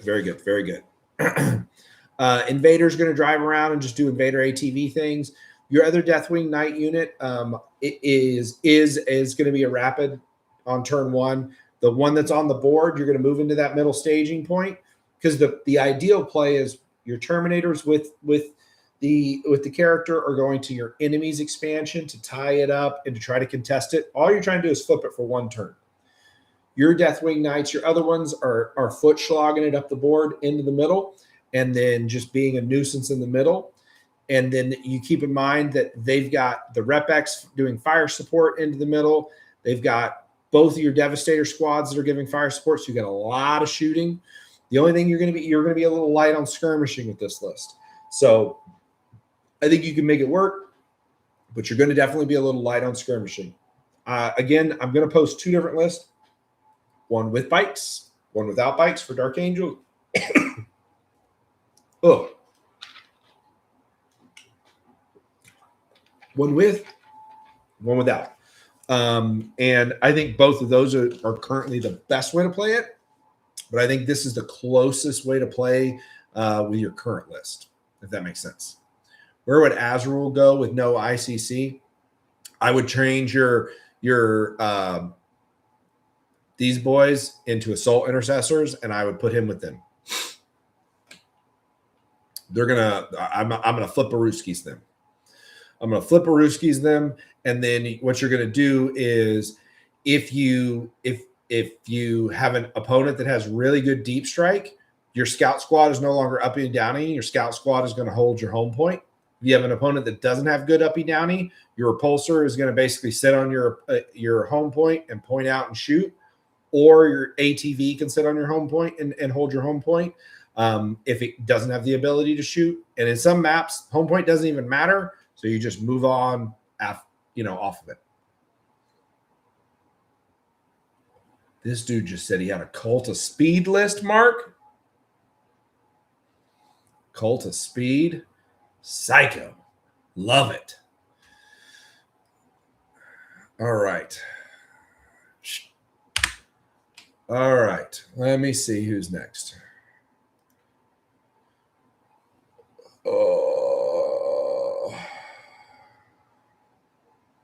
We have a Space Corgi list. Y'all just trying to fucking troll me. Preacher. Space Corgis. Space Wolves. Oh, no, I skipped the guard player. I'm sorry. Guard player. Luke. Are you here, Luke?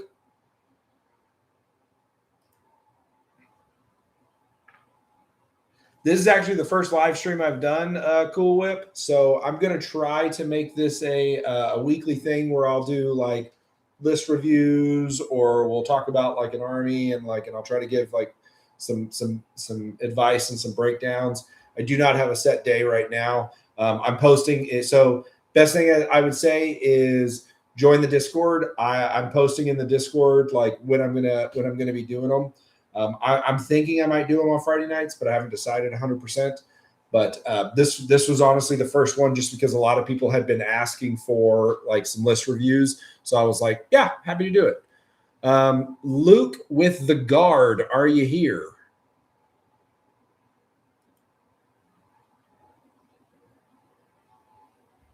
No, not going to Adepticon next week. I really wish I was going, but I'm not. Actually, talking about I am guard player. All right, we got our guard boy here. I am thinking about doing. You guys, let me know what you'd like. I'm thinking about doing a live stream, like a watch thing for the reveals next week for the reveal show. So let me know if y'all want to do it. We can absolutely do it. I think it could be fun. But all right, Luke, let's look at your list. I'm gonna have my buddy that plays guard. I've fought guard 10 quadrillion times. But my buddy has played them a quadrillion and one times. You hear, Chris? I gotta share. Hold on, I gotta share Discord because he posted pictures like a tricksy little minx. All right. And the pictures may be in different orders. So it looks like we got 2 Cadian command squads. It's in the YouTube.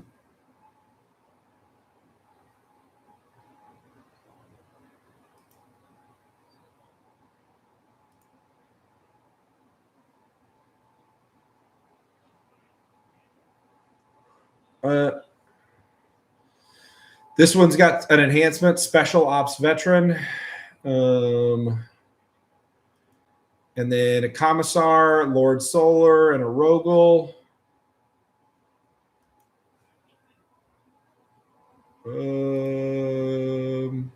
He did not say. What detachment are you running, Luke?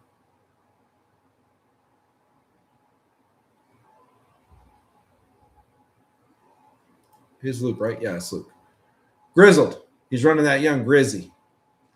All right, so he's got 2 Cadians, Commissar, Lord Solar, Rogel, Cadian, Big Cadian, 1 Chimera.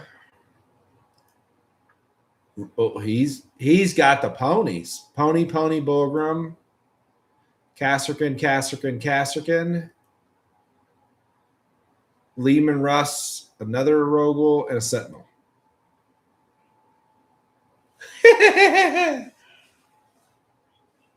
He can't hear you. He can't hear you. Are you walking the Kazarkin up the board? Is that the plan? Because there's no transports. And is this just what you own?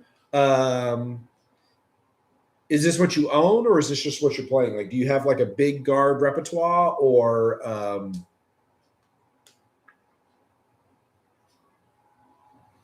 to the pouring option?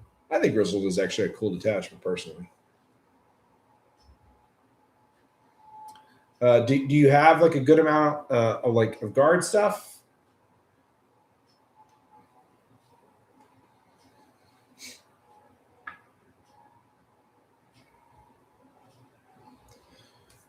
Yeah, because let's see.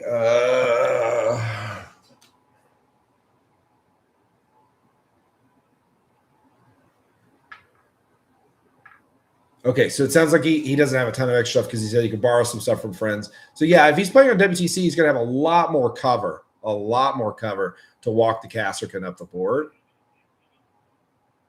Yeah. Bulgrim, do you have any more Bulgrim? Especially on WTC, I really like Bulgrim.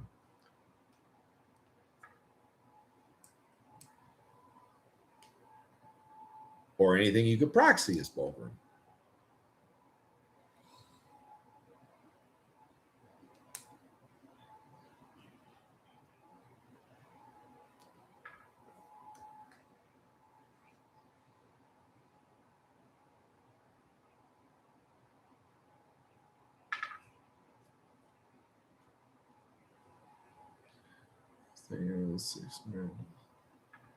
Okay, so you don't think of him. Okay, yes. So he has another 6 Bulgrim. Okay, so you need adamant. Don't worry about the damage. You need things that are going to soak, because the problem with guard is guard don't want to be touched, because guard doesn't have a whole lot of fallback and do stuff. So if armies just come at you and get on you, there's nothing you can do about it. But Bulgrim solved that problem. So what Chris was just saying is Lord Solar is not necessary in this detachment. So you can drop Lord Solar. That's going to give you 130 points right there. Then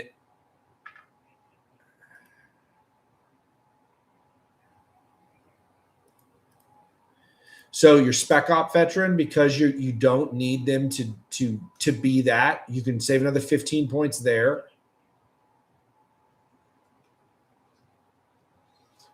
So that's 145 points. Not quite enough for your Bulgrim.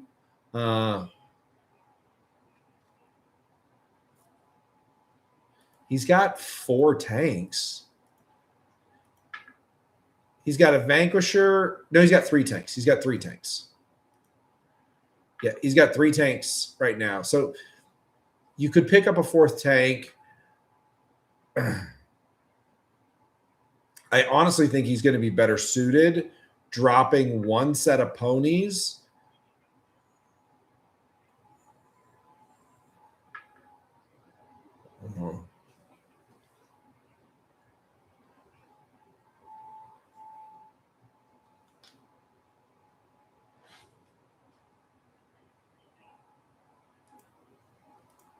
So, okay, so if we drop Lord Solar, how much is 3 Bulgrim? Hold on. I can just see how much the 2 mana is. Let's see. 100. So there's 200 points for 6, so it'd be 100 points. Right?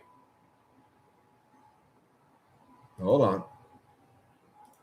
I don't know. I'm pulling them up.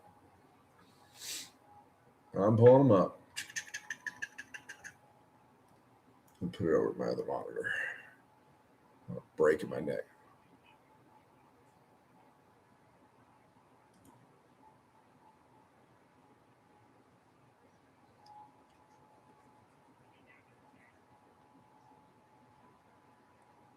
Yeah, Chris is in the Discord. He's just saying basically he agrees with you that like it's not a whole lot of time. Yeah, that's 100 points for 3. So there's not a lot of times you're going to need it. So, okay, so if we drop Lord Solar and we drop the enhancement, we're going to have 145 points. We're going to spend 100 points and get a 3-man Bulgrim. So we got 45 points. Then we got 45 points. What else are we going to drop to get? I guess we drop. Yes, he has that. He asked if you have the enhancement on the Commissar. I said, yeah. I think he drops, Chris, this other Rough Rider unit for 60 points. Because if he drops the other Rough Rider unit for 60 points, he'd have enough for the Chimera. Yeah, so I think what you do is you're going to drop one Rough Rider. You're going to drop Lord Solar. And you're going to drop the enhancement off of the Cadian Command Squad. And you should be able to pick up a 3-man Bulgrim and a Chimera, which will give you more movement for those Kasrkin. And it'll give you another screen for wherever you feel like you're about to get pressure from. Does that make sense? Hopefully that's helpful.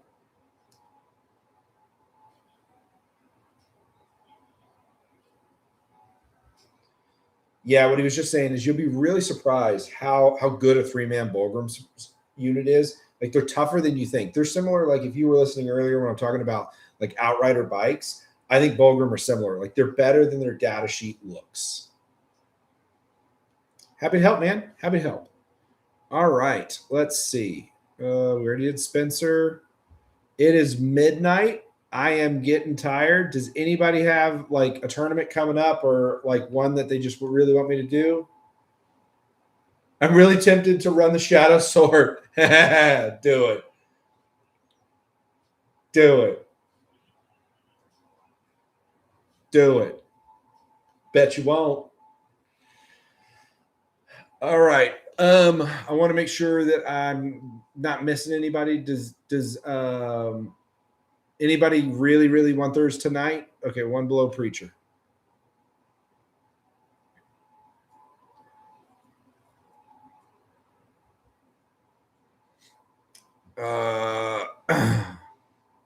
Oh, Phobos, I thought I got yours.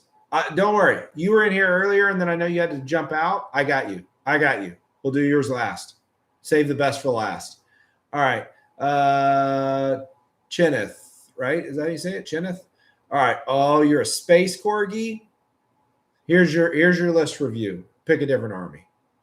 I'm just fucking with you. All right. Let's look at it. Space corgis.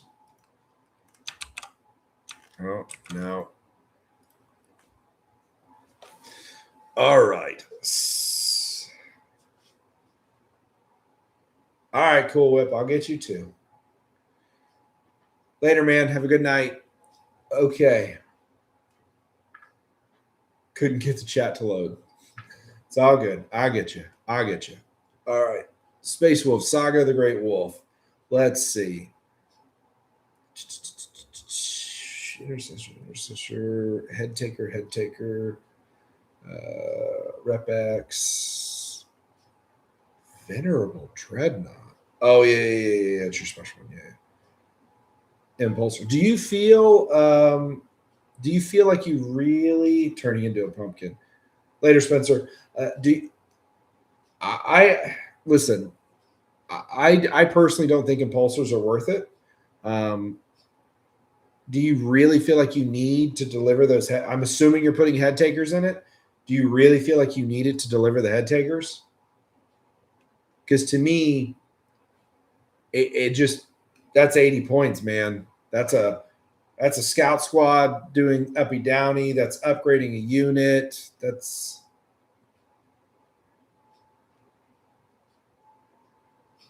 Is that a yes? You feel like you really need them? You need that impulsor to deliver one? Because I feel like you'd be better suited, like putting one in reserve and rapid ingressing it, and then foot slogging the other.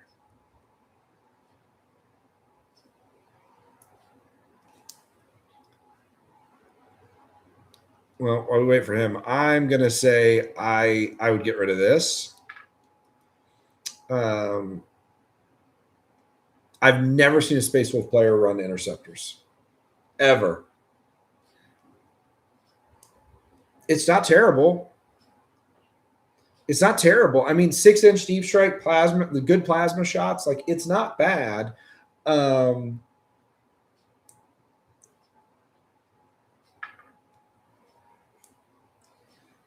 Yeah, you're not. So Chris in the Discord was just saying like you're going back into kind of like a pressure list. So question, are you playing this as like pressure, I'm pushing forward, getting in their face? Or are you like a lot of Space Wolves are like trying to counterpunch right now, or are you trying to go back to like old school wolf jail, like where like I'm putting pressure, I'm rushing this stuff at them, and we're gonna live or we're gonna die? Like we're gonna kill them or we're gonna die. This game will be decided by turn 3. Because if you're playing very aggressive, I like the interceptors. If you're not playing very aggressive, then I think we should drop the interceptors. Okay, you're playing pressure. Okay, so if you're playing pressure and you're going to bring them down because they don't have to be ingress, you can just deep strike them and then they can start blasting. I don't hate that at all. I don't hate that at all. So now the question is, what do we do with our 80 points, or is there anything we swap around? I don't like the Wolf Scouts, man. Are you having good luck with the Wolf Scouts? Every time I've ever seen someone run them, they've been very disappointing. Like, yes, they're better than Scouts, but they are not 35 points better.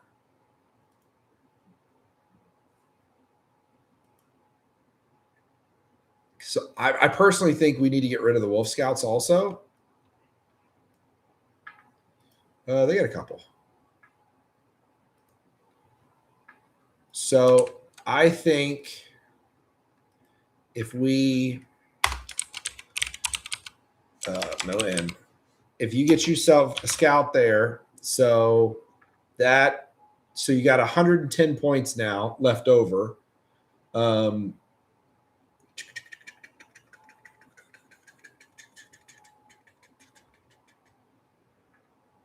110.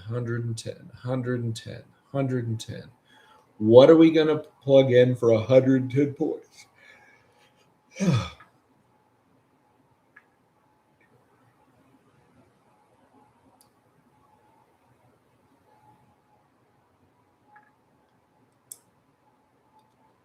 You need another shooting platform is what you need. You either need to we either got to lean more into them. You need another shooting platform. But you don't have enough points. And we'd have to lose the scouts.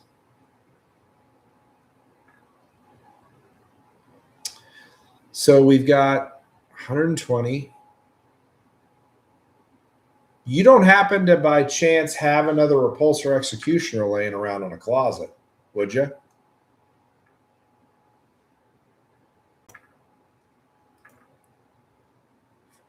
I forgot I wasn't showing you Word. That's my bad. Thank you for yelling at me. Don't judge my Discords. Chris, I heard that. Okay, so you do not. Do you have something that could pass as a repulsor executioner, like Gladiator Lancer, something that's similar, adjacent?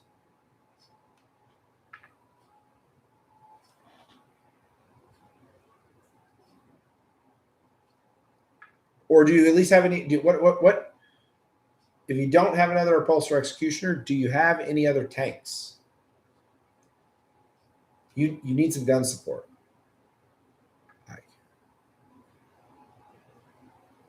Okay, so here's what I'm thinking. So right now you have, by doing this, you have 110 points. Okay, if we drop one of these, you now have 230 points exactly.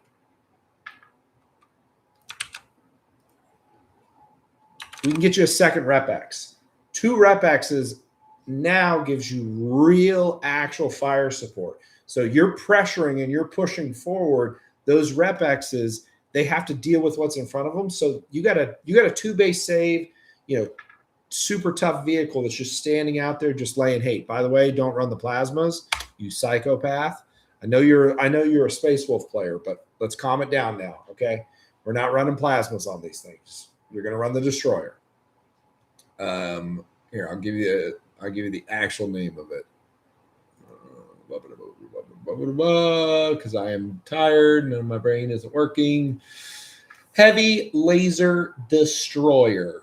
You want to run the Heavy Laser Destroyer, not the Plasma Incinerator. If we were in an elite meta, I would say yes. We are in a big stompy thing meta, so you want that. You want the Heavy Laser Destroyer because it's strength 16 and D6 plus 4 when it hits is going to hit. Does that make sense? So this would be what I would do. Because all we're doing is we're taking away a little of your chaff shooting, but rep X's have shooting for everything. A transport you weren't really using, a scout upgrade you weren't really using. So we basically improved your efficiency and your shooting output in a huge, huge way. I think what you'll notice is your killing potential with this list is going to go up significantly.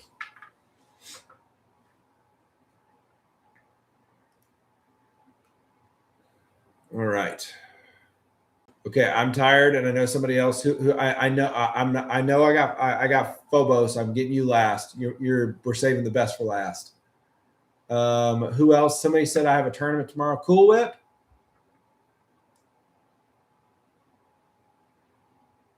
Leaves you with 75 points. How's it? Hold on. I don't want to mess him up. It's 75 points. So you got 120 plus 1005 plus 80. It's 305.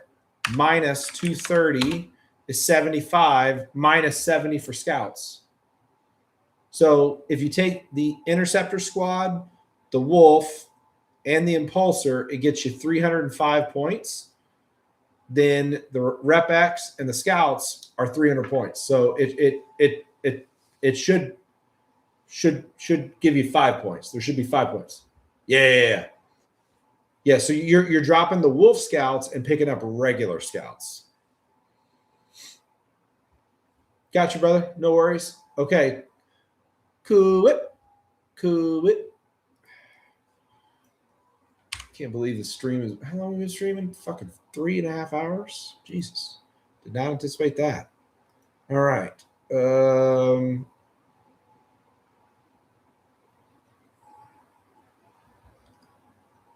Let's see. Cool it. Oh, here we go. Cool it. World Eaters. My man. I'm going to start with we're in a rough spot right now, but I still love World Eaters. Okay. All right. I'm doing Cool Whip. And then I'm doing Phobos. And then unless somebody can talk sweet nothings into my ear, I'm going to bed. But I will get everybody we missed. I'll try to do another stream this weekend and get the rest of it because I know a lot of people had tournaments and stuff. So I will do my best. You've been streaming as long as a 40K game. Yeah, no shit.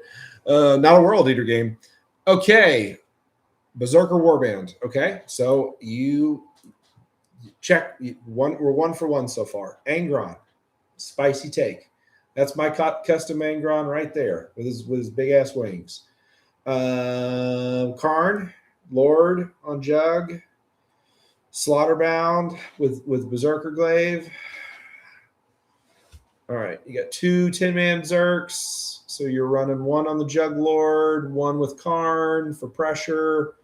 Karn Rhino, Land Raider. The fuck are you putting in the Land Raider?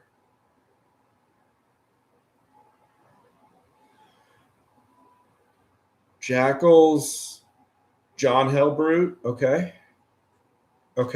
Spicy. Exalted. You got 1 Exalted Brick, 1 regular 8-bound brick, 2 Chaos Spawn. Okay. All right. Yeah. No. We're going to whisper sweet nothings to this and it's going to go away. I got one. He's painted right over there. I spent a long time on him, and guess where he stays? 9 feet in the air over there. Do you own some decent World Eater stuff, or is this like what you own? Like, do we have other tools to play with?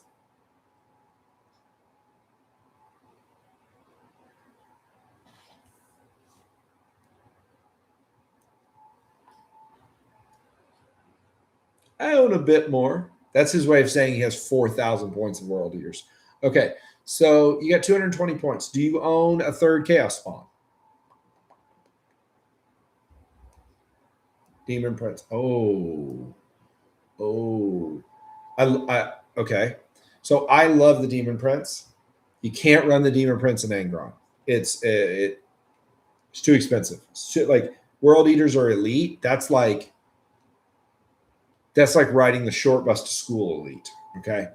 Can't do it. Okay, so we don't have a third Chaos Spawn. Got any more 8-bound?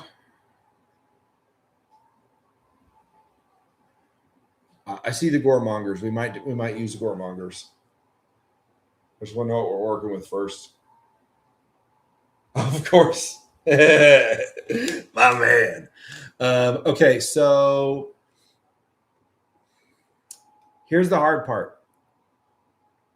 Your gut is going to tell you that you want to take Exalted 8-bound because Exalted 8-bound are made to kill, the big vehicles. The problem is that your Necrons is horrible because they get +1 damage. Necrons get -1 damage. So kind of,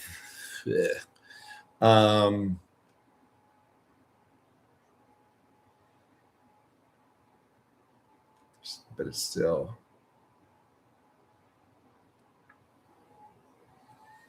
Okay, I'll check it out. Man. Here's the thing. The best version of this list that you could run, in my opinion, is you have a third Chaos Spawn, and then you're taking the 130 points that you have, and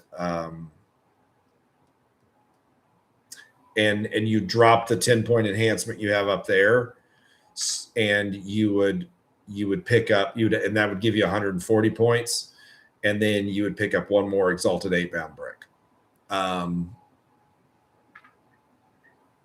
So the best list that you could do is you would drop so up here you have the Battle Lust enhancement because I'm sure you had 10 points. You drop that, you pick up a Chaos Spawn, and you pick up another Exalted 8-bound. That's going to be the best version of your list because that gives you 3 good skirmish units with the Chaos Spawn that can run out there and do stuff.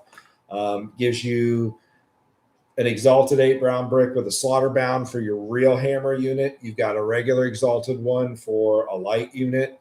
You've got the 8-bound, which can stay around your Berserkers as they're going into the mid and smashing, and it kind of gives you better synergy.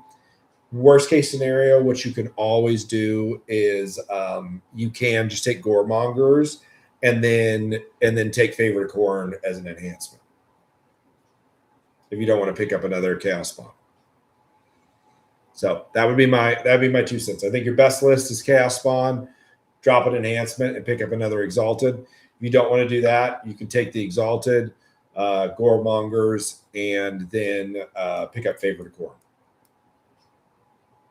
So that's my 2 cents. Oh, you should have told me I wasn't sharing my screen. I'm sorry, I'm tired. Yeah, so that's what I would do. That's what I would do. Oh no, I that's why they're not my first choice. Goremongers are great at killing ratlings, scouts, Votan infiltrators, stuff like that, and then they will die when something even giggles and looks at them, and and that's it. They just die. As to where Chaos Spawn will kill the same stuff, but then they'll survive when other stuff shoots at them or hits them or does whatever. So they're just way better. They're way better. Hot take also, don't pick up. I'll give you I know you already have 2. Any World Eater players, here's a tip. There is an Age of Sigmar unit. Hold on. I'll get you the link. Buy it for your Chaos Spawn and use them as a proxy. You get 3 in a box. What are they in? They're like these really cool Beastmen dudes. Here they are.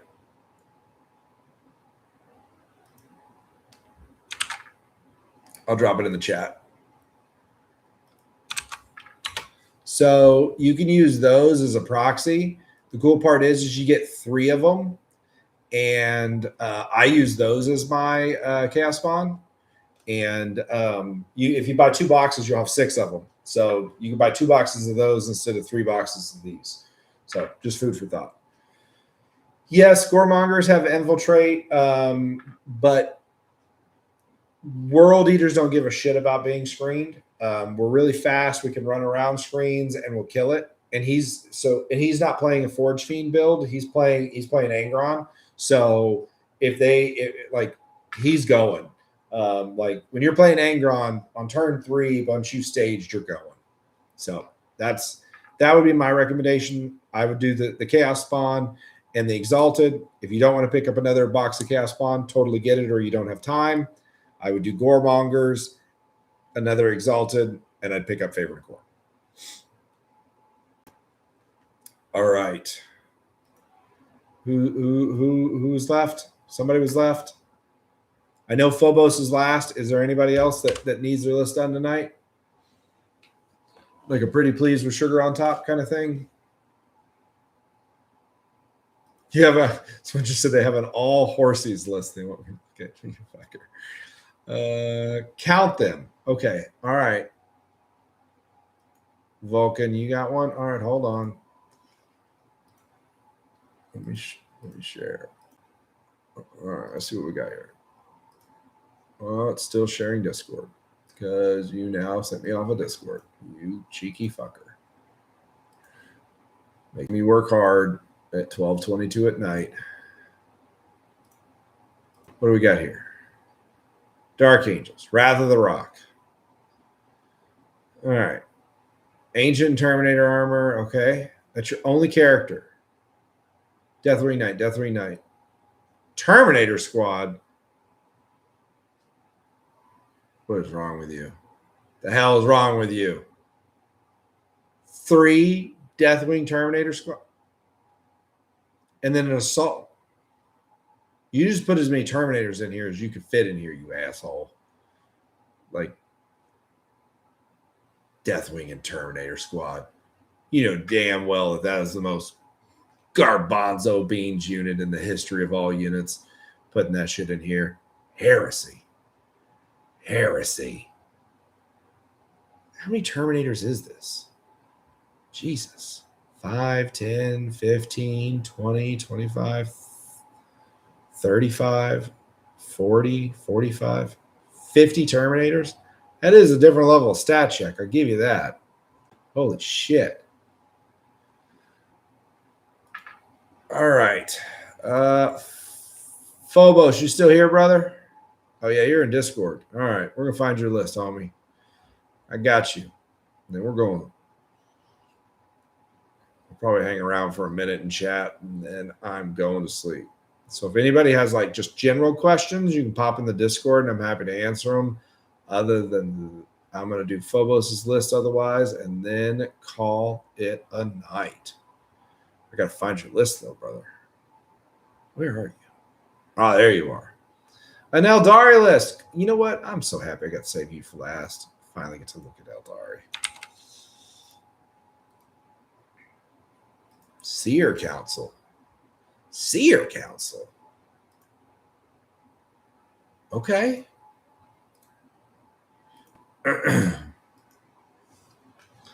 All right. CP generation. Yeah. Morgan. No.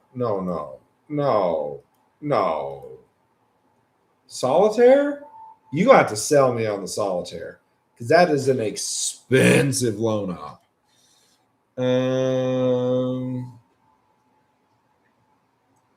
Guardian Defenders, Storm Guardians. I like Storm. I don't mind Storm Guardians. I don't like Guardians. I don't like Guardians. No.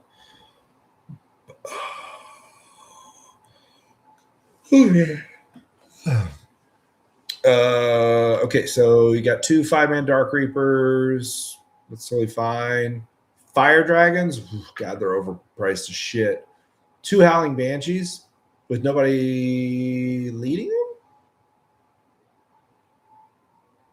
Yeah, nobody leading them. Okay. Spicy take. 2 Rangers, 2 Warwalkers, Conclave, Skyrunners, Orb Spiders.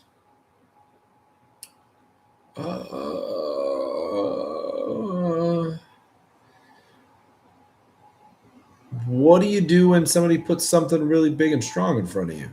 Pray?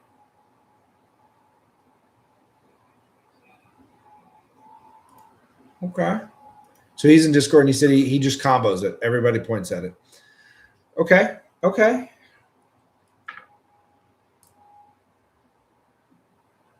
Mm-hmm.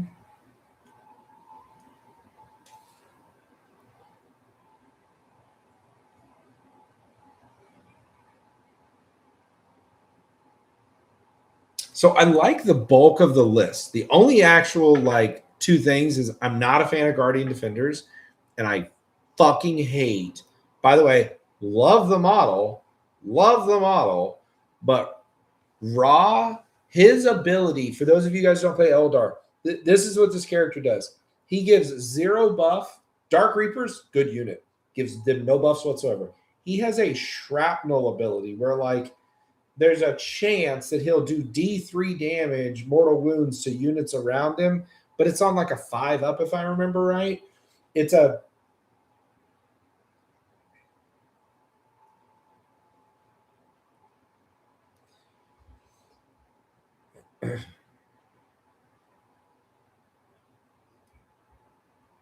so what he's saying.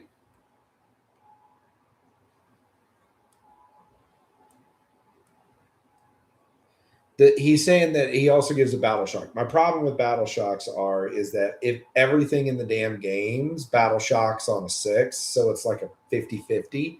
So it's just so meh. I like everything in the list. The Defender, I'm not in love with.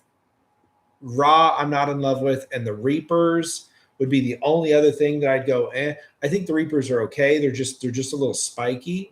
So let's see if we played with those.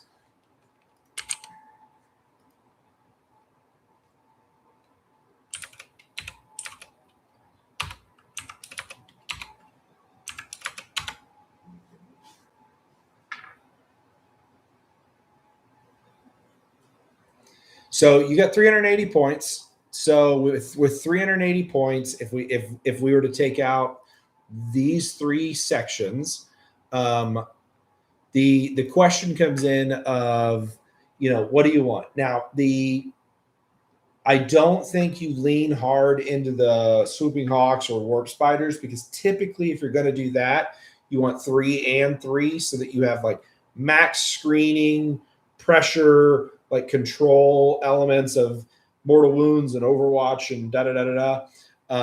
So I don't think that that's the play. I do think that if it was me, I would add in 2. I think 2 Fire Prisms is going to do more damage than Ra and both of the Reapers, which they basically wash on points, because you got 280 points and it's going to be 300 points for 2 Fire Prisms. And because what I have found is 2 Fire Prisms into just about any tank, you either kill it or the tank is wrapped because it's at 2 health, 4 health. Because you do 12 damage and it's an 18 health, tank. Like it's super duper duper hurt. And you have chip shot damage obviously also. So I would sub that, and that gives you 80 points left over. Now the last 80 points is where it's a little spicy.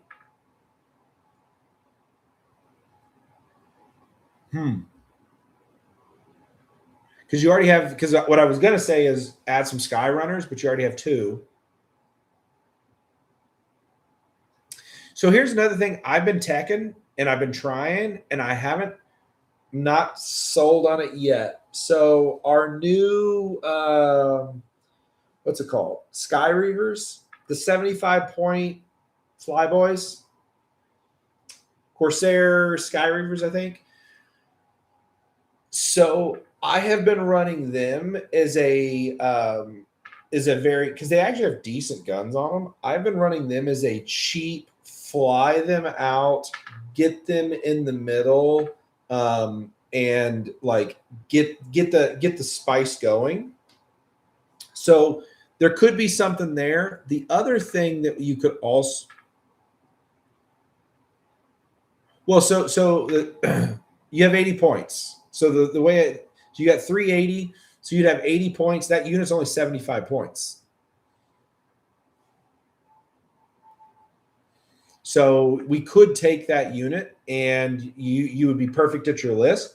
The other element of it, which I was about to go to, is if we wanted to bring something in that was a little bit meatier, or have a little bit more substance to it, what we could do is your Rangers could come. Well, you could take 1 squad of Rangers out, and that would take you from 80 points to, what is that, 135 points. And the other tech I've been trying is running a big Wraith for, I think, for 130 points, a 10 toughness, 2 base save unit is just for the value is solid. And what I've been doing is trying them and basically just marching it out onto the midpoint as it's going to hold the mid to start, because we struggle with holding primary, and it's tough enough that they've got to put something real into it. You know what I mean?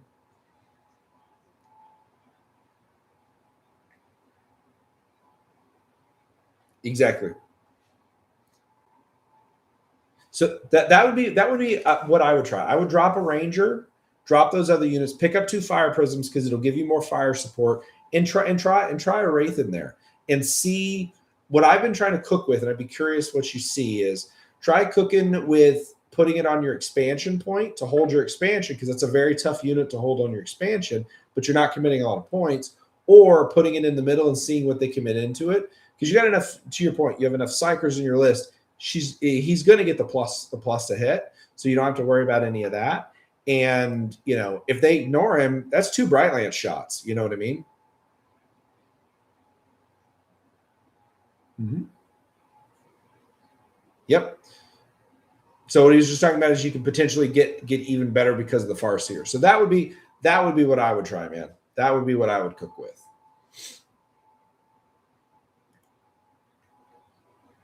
No worries, brother. No worries, brother. All right. Last call. Anybody got some sweet nothings to whisper because they need me to review the list tonight? Otherwise, we're going to call it.